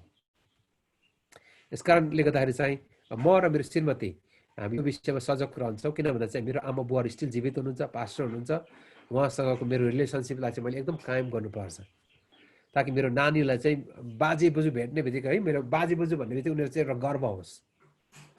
कतिजना यस्तो मैले एउटा परिवार पनि भेटेँ, पास्टरको परिवारहरू, पास्टर आमाले चाहिँ के भन्नुहुन्छ नि, होइन हाम्रो नानी बाजे बोजूले भेटाउनु हुँदैन, बाजे बोजू ठिक छैन। बिचरा त्यो नानीहरूले चाहिँ बाजे बोजू भेट्नु खोज्दो रहेछ, आमा बुवाले दिँदैन। विशेष गरी आमाले चाहिँ बाजेलाई भेट्नै दिँदैन, आफ्नो आमा बुवालाई नि। बिचरा त्यो नानी चाहिँ भेट्नु चाहन्छ तर भेटाउनु दिँदैन, किन भन्दा चाहिँ उनीको रिलेसनसिप राम्रो नभएको कारणले। त्यसले चाहिँ नानीहरूमा नेगेटिभ असर पुर्याउँछ। यसका प्रियहरू, हाम्रो निजी लाइफभित्र, हाम्रो प्राइभेट लाइफभित्र हाम्रो नानीहरूसँगको सम्बन्ध, इभन हाम्रो आमा बुवासँगको सम्बन्ध पनि असर हुनुपर्छ। नत्र भने त यसले हाम्रो क्रिस्चियन सेवाकाईलाई कमजोर बनाउनेछ। त्यस पछाडि चाहिँ अब यो पावलले लेखेको चाहिँ मलाई तिमोथीको पत्रमा बडो कुरा, राम्रो कुरा लेखेको छ पावलले। पहिलो तिमोथी 2:8 यसकारण सबै ठाउँमा पुरुषले पवित्र हात उठाएर बिना क्रोध र बिना विवाद प्रार्थना गरून्। अब जतिजनाले तपाईँ र हामीलाई नानीहरू हुर्काउनलाई, हाम्रो नानीहरूसँगको सम्बन्ध बिग्रेको छ, यदि हाम्रो आमा बुवासँग सम्बन्ध ठिक छैन, हाम्रो नानीहरूलाई हामीले राम्ररी हुर्काउन सकेका छैनौँ भन्ने लाग्छ भने यो पद हाम्रो लागि महत्त्वपूर्ण कुरा छ। पावलले के भन्छ? सबै ठाउँमा पुरुषहरूले पवित्र हात उठाएर बिना क्रोध, कहिलेकाहीँ हामीलाई रिस उठ्नु सक्छ, अनि बिना वाद विवादहरू है, इभन नानी हुर्काउने कुरामा कोही बेला हामीलाई रिस उठ्नु सक्छ, आमा र बुवा है, नानीहरू अटेरी हुँदाखेरि, नानीहरू राइट डिरेक्सनमा नजाँदाखेरि हामीलाई रिस उठ्नु सक्छ। त्यो बेला हामीले कसरी प्रार्थना गर्नुपर्ने हो? अनि बिना वाद विवाद तिनीले प्रार्थना गरौँ। पवित्र हात उचालेर भनेको चाहिँ, हात उचाल्नुको अर्थ चाहिँ सरेन्डर गर्नु हो। हामीले आफूलाई परमेश्वर समर्पण गर्नु हो। हामीले प्रभुलाई भन्नुपर्छ, प्रभु म हारेको छु, मैले नानीलाई कसरी हुर्काउनु पर्ने, मैले यो कुरा म असफल भएको छु, म आफैलाई तपाईँमा अर्पण गर्छु। प्रभु तपाईँले मलाई सहायता गर्नुहोस्, मेरो नानीलाई तपाईँको बाटोमा हिँडाउनको निम्ति तपाईँले मलाई बुद्धि र ज्ञान दिनुहोस्। म आफै असक्षम भएको छु, म दुर्बल छु यो क्षेत्रमा, म कमजोर छु, मलाई सहायता गर्नुहोस्। बुवाहरू, हामी त्यसरी परमेश्वर अगाडि आफैलाई समर्पण गर्न आवश्यक छ। आफूलाई सरेन्डर गर्नुहोस् परमेश्वर अगाडि। हामीले आफैलाई सरेन्डर गरौँ, समर्पण गरौँ र प्रभुलाई भनौँ, प्रभु मेरा नानीहरू तपाईँको बाटोमा ठिक प्रकार हिँड्न सकेका छैनन्, सायद म यो कुरामा चुकेँ होला, मलाई सहायता गर्नुहोस्। कति चाहिँ हाम्रो जीवनमा ढिलो हुनसक्छ, यसकारण हामीले समय छँदैन हाम्रो नानीले हुर्काउन सकौँ। कहिलेकाहीँ चाहिँ हाम्रो व्यस्तताले गर्दा भोलि भन्दै पनि हाम्रो समय चाहिँ बितिरहेको छ, हाम्रो नानी एकदम ठुलो भएर गइसक्छ। मैले एकजना दाइलाई, हाम्रो गाउँको छिमेकीलाई मैले भनेको थिएँ, उहाँले स्टिल मिनिस्ट्रीमा सेवाकाईमै हुनुहुन्छ, म विदेशमा हुनुहुन्छ। उहाँलाई मैले भनेको थिएँ, तपाईँ घर आउनुहोस्, 6-7 वर्ष तपाईँ बस्नुभयो, 10 वर्ष विदेशमा बस्नुभयो, तपाईँको सेवाकाई छ विदेशमा, राम्रो कुरा, तर तपाईँको सेवाकाई विदेशमा राम्रो होला, फ्रुटफुल होला, तर तपाईँको फ्यामिलीको लागि पनि तपाईँको जरुरी छ, तपाईँको 2 छोराहरूको लागि। उहाँ आउनु भएन, 21 वर्ष भयो उहाँ विदेशमै हुनुहुन्छ। अनि अहिले उहाँको एकजना छोरा चाहिँ रिहेबिलिटेसनमा राख्नु परेको छ, ड्रग एडिक्ट भएर। अब उहाँले सेवाकाई गर्दै हुनुहुन्छ, लिडरसिपमै हुनुहुन्छ, उहाँ मण्डलीको सेवाकाईमै हुनुहुन्छ, तर उहाँको छोरा चाहिँ ठ्याक्कै 21 वर्ष, बिहा गरेको 1 वर्ष उहाँ जानुभएको, उहाँ 2 वर्षमा एकचोटि आउनुहुन्छ, 3 वर्ष एकचोटि आउनुहुन्छ, त्यति नै हो। अनि एक दिन उहाँको छोरा घरमा आउँदाखेरि चाहिँ उहाँको छोराले चाहिँ अङ्कल भनेछ उहाँलाई, एकदम मन दुखाउनु भयो, पास्टर मेरो छोराले त मलाई अङ्कल पो भन्यो भनेर। अनि 3 वर्षमा आएपछि, 21 वर्षमा आएपछि अङ्कल नभनेर के भन्छ त छोराले? उहाँको सेवाकाई राम्रो छ विदेशमा, राम्रो कुरा हो, तर नानीहरूको लागि पनि त आवश्यकता छ नि। एउटा भनाइ छ नि, नानीहरूले चाहिँ आमालाई माया गर्छ अरे धेरै, तर नमुना चाहिँ बाउकै खोज्छ। यसकारण बाइबलमा ए बाबु हो आफ्नो छोराछोरीलाई प्रभुको शिक्षामा हुर्काउ भने बाबुहरू, आमा खोइ त त्यसो बुवासँगै हो आमा। तर परमेश्वरले पहिलो जिम्मेवारी चाहिँ बुबाहरूलाई दिनुहुन्छ। व्यवस्था 6 अध्याय पढ्नु, 4 अध्याय त्यही कुरा लेखेको छ। बुबाहरूलाई त्यो जिम्मेवारी तपाईँले परमेश्वरले दिनुभएको छ। यसकारण बुवाहरू तपाईँ र मैले नै परिवारलाई लिड गर्नुपर्ने कुरा हो। मेरो छोराले नि प्रायः तपाईँको छोराहरू छ भने तपाईँलाई याद छ कि छैन, आमालाई चाहिँ छोराले हतपत टेर्दैन है। आमालाई चाहिँ माया गरेर होला कि पुलपुलिएर पनि हुन्छ, आमासँग एकदम क्लोज हुन्छ। त्यसले त आमासँग चाहिँ एकदम टाँसिन्छ, नजिक चाहिँ हुन्छ, तर आमासँग चाहिँ टेर्दैन। आमालाई चाहिँ डराउने चाहिँ बाउसँगै हो, किनकि त्यो इमेज चाहिँ बुवाको नमुना चाहिँ उसले घरमा देख्नुपर्छ। यसकारण प्रिय तपाईँहरू, मलाई एउटा जिम्मेवारी पनि छ आफ्नो नानीहरूलाई पनि हुर्काउनको लागि। त्यसले चाहिँ हाम्रो मण्डलीको सेवकालाई पनि शक्तिशाली बनाउँछ। नत्र भने मण्डलीले हामीलाई विश्वास गर्न सक्दैन पास्टरहरूलाई, किनकि हाम्रो नानीहरू चाहिँ गलत बाटोमा गइदिन्छन्, मण्डलीमा आउँदैनन्, हाम्रो नानीहरू प्रभुको शिक्षामा हिँड्दिँदैनन्। त्यो कारणले चाहिँ पास्टरको जुन पुलपिट छ त्यो पुलपिट चाहिँ कमजोर भएर जान्छ। अब मालिक र दासको बारेमा प्राइभेट लाइफभित्र पावलले लेखेका छन्। अब मालिक र दास अहिले छैन, त्यो दास राख्ने चलन छैन। तर मेरो विश्वास चाहिँ के हो भन्दाखेरि चाहिँ हामी जहाँ काम गर्छौँ, यदि हामी कुनै कम्पनीमा काम गर्छौँ, कुनै ठाउँमा काम गर्छौँ भने हामीभन्दा माथिकोहरूलाई, मालिकलाई चाहिँ जब हामी उनको अधीनतामा काम गर्छौँ, प्रभुले भन्नुहुन्छ उहाँको डर राखेर अधीनतामा बस्छ र दिलो ज्यानले काम गर, मानिसको होइन तर प्रभुको सेवा गरे जस्तै ख्रिस्टको सेवा गरिरहेका छौँ भनी जानेर सेवा गर। संसारको मान्छे जस्तो कहिले राजाको काम, कहिले जाला घाम होइन, तर हामीले इमान्दारितामा त्यो क्रिस्चियन टेस्टमनीलाई हामीले कायम राख्न सकौँ। यदि हामी मुनि, यदि हामी मालिकको रूपमा यदि ठुलो पोस्टमा छौँ भने हामीभन्दा मुनिकाहरूलाई कसरी व्यवहार गर्नुपर्छ त्यो हामीलाई जान्न आवश्यक छ। 4:1 यसरी लेख्छन्, मालिकको तिमीहरूका पनि स्वर्गमा मालिक हुनुहुन्छ भने जानेर आफ्ना कमारहरूसँग न्यायसङ्गत र उचित व्यवहार गर। मालिक हामी यदि ठुलो पोस्टमा छौँ भने हामीभन्दा मुनिकाहरूसँग पनि हामीले असल व्यवहार गर्न सकौँ र हाम्रो ख्रिस्टियन टेस्टमनी चाहिँ हाम्रो काम गर्ने ठाउँमा पनि राख्नु पर्यो। कतिजना हुन्छ कि आफूभन्दा मुनिकोलाई तँ भनिदिन्छ, है ठुलै भए पनि तँ भनिदिने, है कराउने, गाली यता आइज त्यता जा भन्ने, अनि त्यहाँ कुनै रेस्पेक्ट भन्ने छैन। म साउथ कोरियामा चर्च हिस्ट्री स्टडीको लागि गएको थिएँ, कोरियामा कसरी चर्च वृद्धि भयो भनेर। अनि मैले कोरिया गएपछि मलाई एउटा कुरा चाहिँ अचम्म लागेको कुरा चाहिँ त्यहाँको मन्त्रीहरू पनि लाइन लागेर भात थाप्दो रहेछ। उसको सेक्युरिटी गार्ड छ, तर त्यो मन्त्रीले उसको सेक्युरिटी गार्डलाई अङ्गरक्षकलाई पनि अगाडि राखेर लाइनमा खाना खानु जाँदो रहेछ। जुन दिदीले हामीलाई बोलाउनु भएको थियो त्यो दिदीको चाहिँ 62 तला घर थियो, यति धनी, यति ठुलो मान्छे। उहाँले जहिले पनि हामीलाई खाना सेवा गर्नुहुन्थ्यो। मलाई अचम्म लाग्थ्यो। अनि त्यो यो इक्वालिटी भन्ने, त्यो समानता भन्ने कुरा त्यहाँ रहेछ। यसको देश विकास हुनुको लागि त्यो हो, हाम्रोमा चाहिँ त्यो छैन नि त, है। सानोकोलाई चाहिँ बढी हेपिहाल्ने के, तँ भनिदिने, उता जा भन्ने, कुर्सीमा पनि आयो भने पनि बस्नु नदिने, उभे गरेर पठाउने। पहिला सुरुमा त तपाईँ भनेको त्यसो तिमीमा झरेर अहिले तँमा पुगिसक्यो। हामी त्यो त्यति धेरै हामी डिस्क्रिमिनेसन भन्ने कुरा गर्छौँ। जातको आधारमा, उसको पढाइको आधारमा, उसको लुगाइ खुवाइको आधारमा हामीले साधारण मान्छेलाई अलिकति हेप्ने प्रविधिहरू पनि छ। पावलले भन्छ तिम्रो पनि मालिक स्वर्गमा हुनुहुन्छ भने जानेर तिनीसँग न्यायसङ्गत र उचित व्यवहार गर। यसका प्रियहरू, हामी ठुलो ठाउँमा परमेश्वर हामीले लैजानुहुन्छ, तर हामीले सानालाई कहिले बिर्सनु हुँदैन। तिनीहरूसँग पनि हामीले असल व्यवहार गर्न सकौँ, किन हाम्रो क्रिस्चियन विटनेस चाहिँ गवाई चाहिँ त्यहाँ राख्न सकौँ। सो पावलले भन्छ हाम्रो प्राइभेट लाइफभित्र, हाम्रो निजी जीवनभित्र, हाम्रो विवाहबाट सुरु गर्छ, म्यारिटल लाइफबाट। दोस्रो चाहिँ हाम्रो फ्यामिली लाइफ, हाम्रो बुवा छोराछोरीको सम्बन्ध। तेस्रो चाहिँ हाम्रो काम गर्ने ठाउँहरूको सम्बन्ध। त्यस पछाडि पावलले गएको अर्को दोस्रो कुरा चाहिँ हाम्रो प्रेयर लाइफ, प्रार्थनाको जीवन। सतर्क भएर धन्यवाद सहित स्थिर भई प्रार्थनामा लागिरह। हाम्रो निम्ति पनि प्रार्थना गर ताकि ख्रिस्टको त्यो रहस्य प्रचार गर्न परमेश्वरले हामीलाई वचनको निम्ति एउटा ढोका खोलिदिउन्, जसको निम्ति म थुनामा परेको छु। मैले कसरी वचन बोल्नु पर्ने म खुलस्त पार्न सकौँ। पावलले त्यस पछाडि चाहिँ प्राइभेट लाइफ सकेपछि चाहिँ प्रेयर लाइफ। ओके, हाम्रो प्रेयर लाइफ। ओके, प्रेयर लाइफको बारेमा अहिले हेर्दाखेरि चाहिँ अघिको रिसर्चबाट मैले हेर्दा 50% pastor stay they spend 1 hour in prayer each day. 50% पास्टरले चाहिँ प्रतिदिन 1 घन्टा जति प्रार्थना गर्छौँ भनेर छ। 5% pastor reported not praying daily and regularly with their spouse. 5% पास्टरहरूले चाहिँ हामी डेली रूपमा श्रीमती प्रार्थना हुँदैन भनेर चाहिँ 5% रहेछ। अर्को चाहिँ टोनी रिडवेलले भने लेख्नु भएको छ, उनको May 5, 2011 को आर्टिकल चाहिँ 65% says that they pray more than once a day. दिनमा एकपल्ट भन्दा बढी प्रार्थना गर्नेहरू चाहिँ 64%, 5% say that they pray most often in a house of worship। Okay 5%ले चाहिँ घरमा प्रार्थना हुन्छ भनेको रहेछ। प्रायः जस्तो चाहिँ हामी प्रार्थना गर्छौँ घरमा परिवारमा भन्नेहरू चाहिँ 5% मात्रै रहेछ। ओके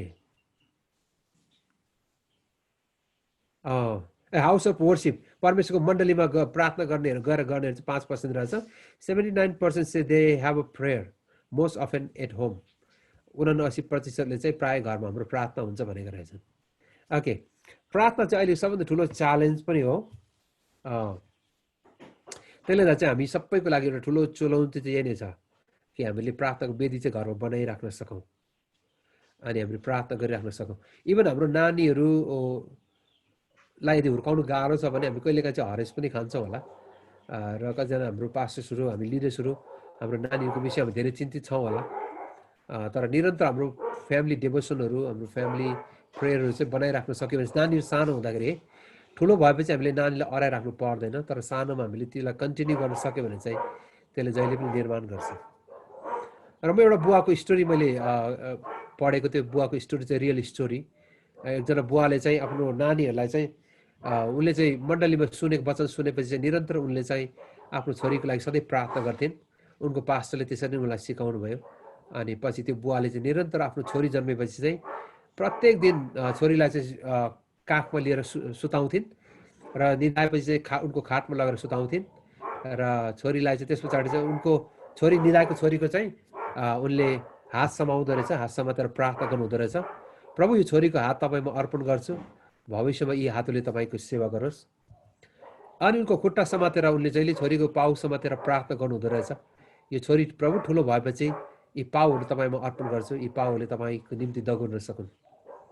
अनि छोरीको निधारमा मन हात राखेर प्रार्थना गर्नुहुँदो रहेछ, यो छोरीको मन तपाईँमा अर्पण गर्छु, यी मनहरूले तपाईँको निम्ति सोच्न सकोस्, तपाईँको विचार तपाईँप्रति सधैँ उनको मन लागिरहन सकोस्। सधैँ त्यसरी बुवाले प्रार्थना गर्नुहुँदो रहेछ। र बुवाले जहिले पनि घुँडा टेकेर छोरीको खाटको मुनि बसेर गुन्द्री हुँदो रहेछ। एउटा गुन्द्री राखेर चाहिँ जहिले छोरीले चाहिँ त्यो के भनौँ एउटा खुट्टा पुस्ने गुन्द्री जे भनौँ त्यो गुन्द्रीमा चाहिँ उहाँले जहिले घुँडा टेकेर प्रार्थना गर्नुहुँदो रहेछ। छोरी ठुलो भइन्, कलेज गइन्, गाउँबाट कलेज पढ्नको लागि गइन्, टाढोमा सहरमा गइन्। 6 वर्षपछि छोरी कलेज सकेर घर आइन्। 6 वर्षपछि घर फर्केर आएको छोरी दगुरेर आफ्नो पुरानो कोठामा गइन्, आफ्नो लुगाहरू झोलाहरू राखिन् र सबै कोठाहरू यताउता उनले निहालिन्। अनि दगुरेर उनी आमा भएकोतिर गइन्। मम्मी किचनमा थिइन्। अनि मम्मीलाई अङ्कमाल गरेर छोरीले भनिन्, मम्मी मेरो ड्याडीले आज मेरो लागि प्रार्थना गर्नुहुँदो रहेछ होइन भने उहाँले सोध्नु भएछ। मम्मीले सोध्नुभयो, कसरी तिमीलाई थाहा भयो तिम्रो ड्याडीले स्टिल तिम्रो लागि प्रार्थना गर्नुहुन्छ? अनि छोरीले भनिन्, अघि म दगुरेर आएर कोठा गएको थिएँ, कोठामा जाँदाखेरि मेरो पुरानो खाटको मुनि भएको त्यो गुन्द्री जुन थियो त्यो गुन्द्रीमा मेरो बुवाको घुँडाको डाम देखेँ भन्छ। मलाई थाहा भयो मेरो ड्याडीले स्टिल मेरो लागि प्रार्थना गर्नुहुन्छ। अनि यो छोरी त्यो स्टोरीमा के लेख्छ, यो छोरी चाहिँ भविष्यमा उनी चाहिँ मिसनरी भएर प्रभुको कामको निम्ति उनी निस्किन्। प्रियहरू, हामीले हाम्रो प्रार्थनामा निरन्तर हरेस नखाइकन गरिराख्न सकौँ, हाम्रो फ्यामिली प्रेयरहरू पनि बनिराख्न सकोस् र निरन्तर हाम्रो चर्चको लागि अन्तर्विन्तीको प्रार्थनाहरू पनि बनिराख्न सकोस्।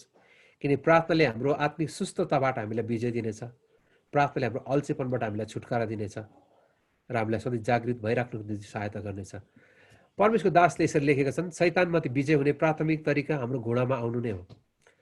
आलिस्टर बेगले लेखेको शैतानमाथिको हाम्रो आत्मिक लडन्तहरू जित्नको लागि हामीहरू घुँडामा निरन्तर आइराख्नु पर्दछ।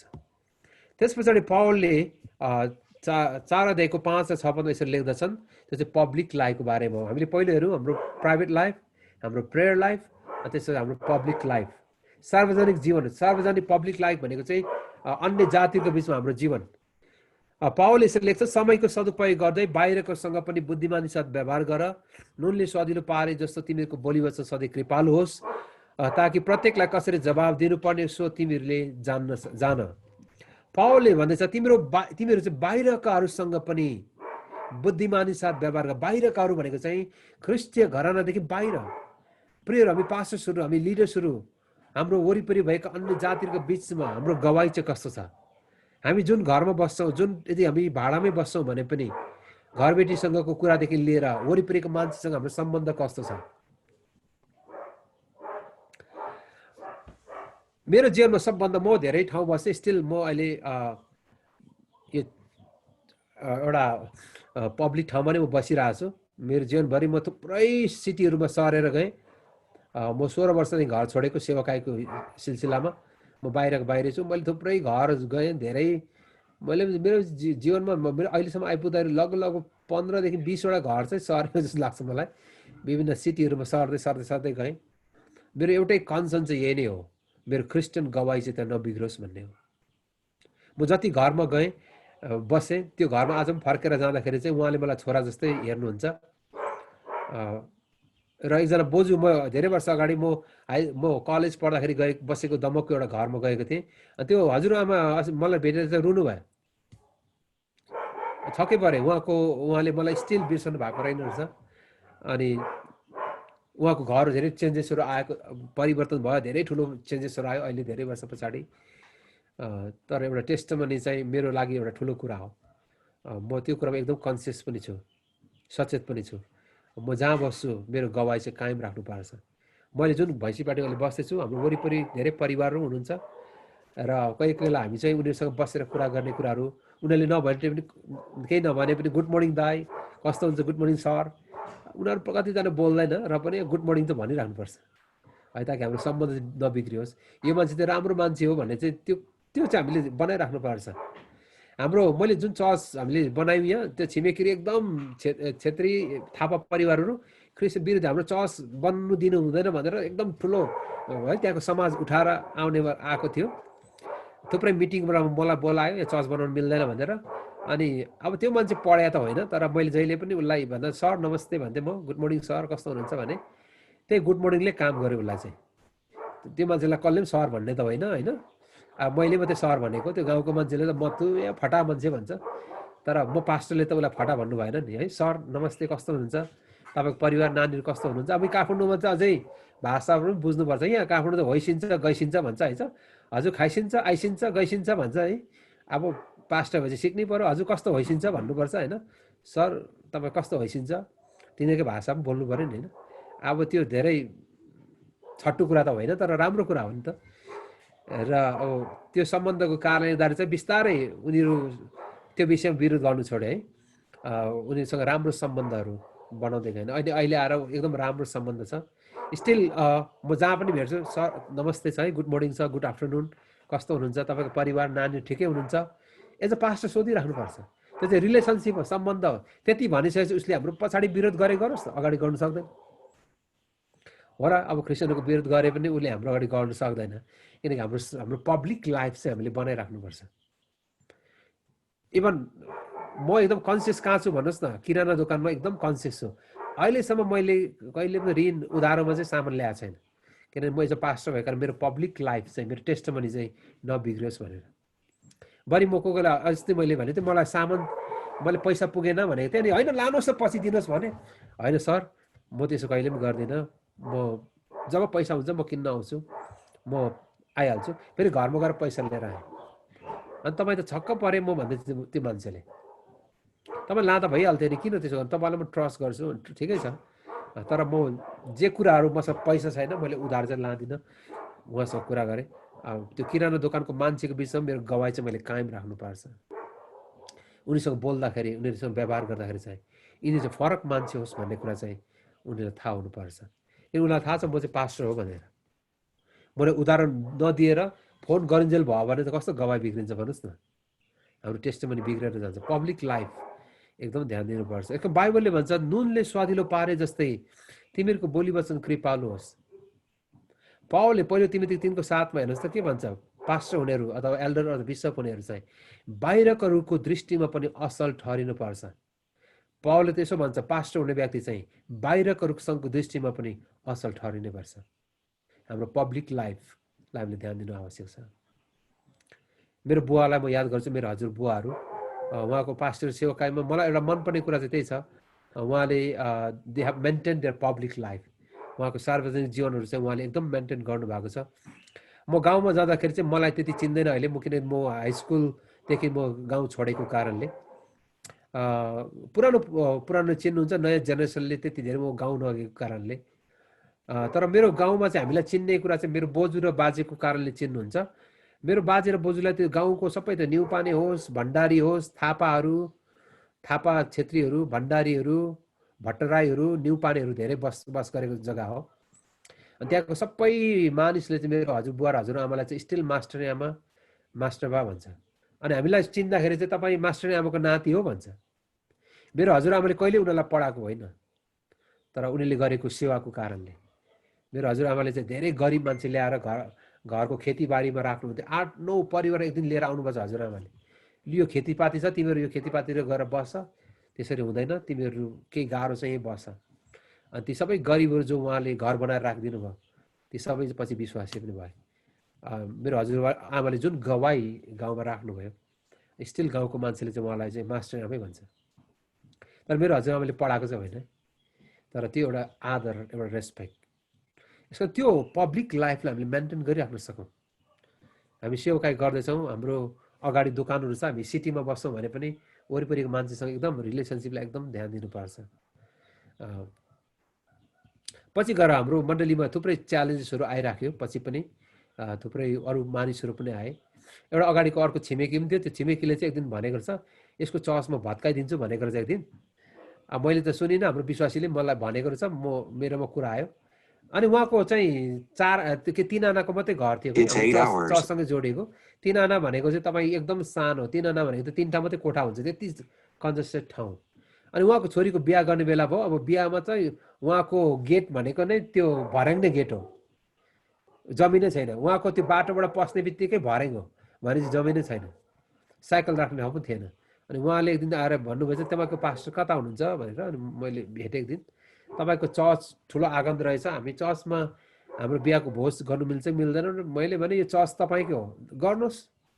यो चर्च हाम्रो चर्च मात्रै होइन, यो चर्च तपाईँको पनि हो। चर्चमा तपाईँले बिहा भोज गर्नुहुन्छ, के गर्नुहुन्छ, अब पुलपिटमा कुरा गरे त होइन, तर बाहिर आँगनमा यो चर्च तपाईँको हो, तपाईँले फ्री भएर चलाउनुहोस्, जसो गर्नुहुन्छ तपाईँको जिम्मा हो, चलाउनुहोस् है चर्च। अनि हिजो आज जहिले मलाई भेट्दा सर नमस्ते भन्छ उसले। पहिला चाहिँ चर्च भत्काउँछु भन्ने मान्छे नै हो नि, बुझ्नुभयो। पब्लिक लाइफलाई हामीले एकदम ध्यान दिनुपर्छ, नत्र भने कतिखेर के हुन्छ हामीलाई पनि थाहा छैन। हाम्रो बोली वचन, हाम्रो सौहार्दतालाई हामीले कायम राख्न सकौँ। म विश्वास गर्छु हामी सबैजना पास्टर त्यो विषयमा हामी सजग रहनु आवश्यक छ। कोही बेला हामी पास्टरलाई पनि रिस उठ्छ नि है, दिउकी क्या जस्तो पनि लाग्छ होइन, कोही बेला त्यस्तो पनि झौँ पनि चल्छ। तर हामीले याद गर्नुपर्ने कुरा चाहिँ त्यतिखेर मनमा आउनुपर्ने कुरा चाहिँ म चाहिँ पास्टर हो भनेर। है कोही बेला हामीलाई सहनु एकदम गाह्रो हुन्छ, मान्छेले कोही बेला चाहिँ के जाति भनी पठाउँछ, रिस उठ्छ है, त्यो बेला चाहिँ हामीले होसियार हुनुपर्ने कुराहरू हुन्छ। किन भन्छ, ताकि प्रत्येकलाई कसरी जवाफ दिनुपर्ने सो तिमीले जान है। यस कारण त्यो पब्लिक लाइफलाई पनि हामीले मेन्टेन गर्न सकौँ। र अन्तिम कुरा चाहिँ हाम्रो पर्सनल लाइफ, यो भनेर म अन्त गरेँ। अघि तपाईँले यो पढ्दै गर्दाखेरि कतिजनालाई अल्छी पनि लाग्यो होला। पावलले भन्छ धर्मसेवक प्रमुख संगीदास तुकिकसले तिमीलाई अभिवादन भन्छन्। त्यस पछाडि ओनेसिमसको नाउँ पनि लिएको छ, अरिस्तार्खसको नाउँ, मर्कुसको नाउँ, युस्तसको नाउँ, इप्रोफ्रासको नाउँ। त्यस पछाडि लुका डेमासले पनि तिमीलाई अभिवादन भन्छन् है। त्यस पछाडि नुम्फासको घरानाले पनि तिमीलाई अभिवादन भन्छ, अर्किपसलाई भनिदेऊ है भनेर भन्छ। यो सबै नाउँहरू किन लेखेको जस्तो लाग्छ? तपाईँले रोमीको 16 अध्याय पढ्नु भने झन् 25 जनाभन्दा बढीको नाउँ पावलले लेखेका छन्। यति लामो ग्रिटिङ्सको लास्ट चाहिँ डोक्सोलोजी भन्छ, अन्त कन्क्लुजन चाहिँ पावलले उनको पर्सनल लाइफको बारेमा लेख्दैछ। पर्सनल लाइफ चाहिँ यो चाहिँ मण्डलीभित्र र उनीसँग सेवाकाई गरेकाहरूसँगको पावलको पर्सनल लाइफ चाहिँ एकदम राम्रो थियो। पावलसँग सेवाकाई गर्ने मान्छेलाई पावलले कहिले बिर्सन सकेनन्। उनलाई हौसला दिनेहरू तपाईँले याद गर्नु, यहाँ बार्नाबास पनि छ, बार्नाबास, उनको भाइ मर्कुसहरू, थुप्रै नाउँहरू उल्लेख गरेका छन्। प्रियहरू, पावलले तिनीहरूलाई कहिले पनि बिर्सँदैनन्, तिनीहरूलाई उनले याद गर्छन्। तपाईँ र हामीलाई जसले सेवाकाईमा हौसला दिए, ती मानिसहरूसँगको हाम्रो सम्बन्धलाई हामीले ध्यान दिन सकौँ। अनि मलाई खुसी लाग्यो तपाईँले UNPF तपाईँले सुरु गर्नुभयो होइन। इन्डियामा मात्र होइन, अरू नेपाली मण्डलीहरूसँगको सम्बन्धहरू, हाम्रो इन्टरपर्सनल रिलेसनसिपलाई हामीले असल बनाउन सकौँ। हाम्रो अरू मण्डलीसँगको सम्बन्धहरू, हाम्रो विदिन द चर्च, हाम्रो मण्डलीभित्रको इन्टरपर्सनल रिलेसनसिप कस्तो छ, हाम्रो अरू मण्डलीसँगको रिलेसनसिप कस्तो छ। पावलसँग सेवकाई गर्ने ती व्यक्तिहरू तिनीहरूलाई पावलले कहिले बिर्सन सक्दैनन्। तिनीहरूको कारणले पावलले भन्छ तिनीहरूको कारणले मेरो हृदयलाई प्रोत्साहित तुल्याएको छ। हेर्नुहोस् त, प्रोत्साहित भन्ने शब्द तपाईँले याद गर्नु पनि हौसला। तिनले तिमीलाई हौसला दिनेछन्। पावलको जीवनमा उनीको कारणले पावलले पनि हौसला पाएको छन्, उनी उत्साहित भएका छन्। तिनीको कारणले उनको जीवन बनिएको छ। ती सहकर्मीहरूलाई उनीले कहिले पनि बिर्सन सक्दैनन्। यिनीहरूद्वारा तिमीलाई सान्त्वना मिलेको छ भन्छ पावलले तल आएर।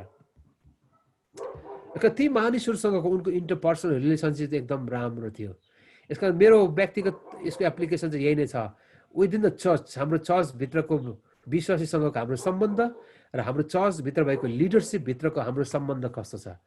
हाम्रो मण्डलीको एल्डरहरूसँग, हाम्रो मण्डलीको एसिस्टेन्ट पास्टर हुनुहुन्छ भने डिकनहरू डिकनेसहरूसँग, लिडरसिपभित्र युथ लिडर्सहरू, अरू आमा समितिका अगुवाहरूसँग हाम्रो पास्टरको सम्बन्ध चाहिँ कस्तो छ।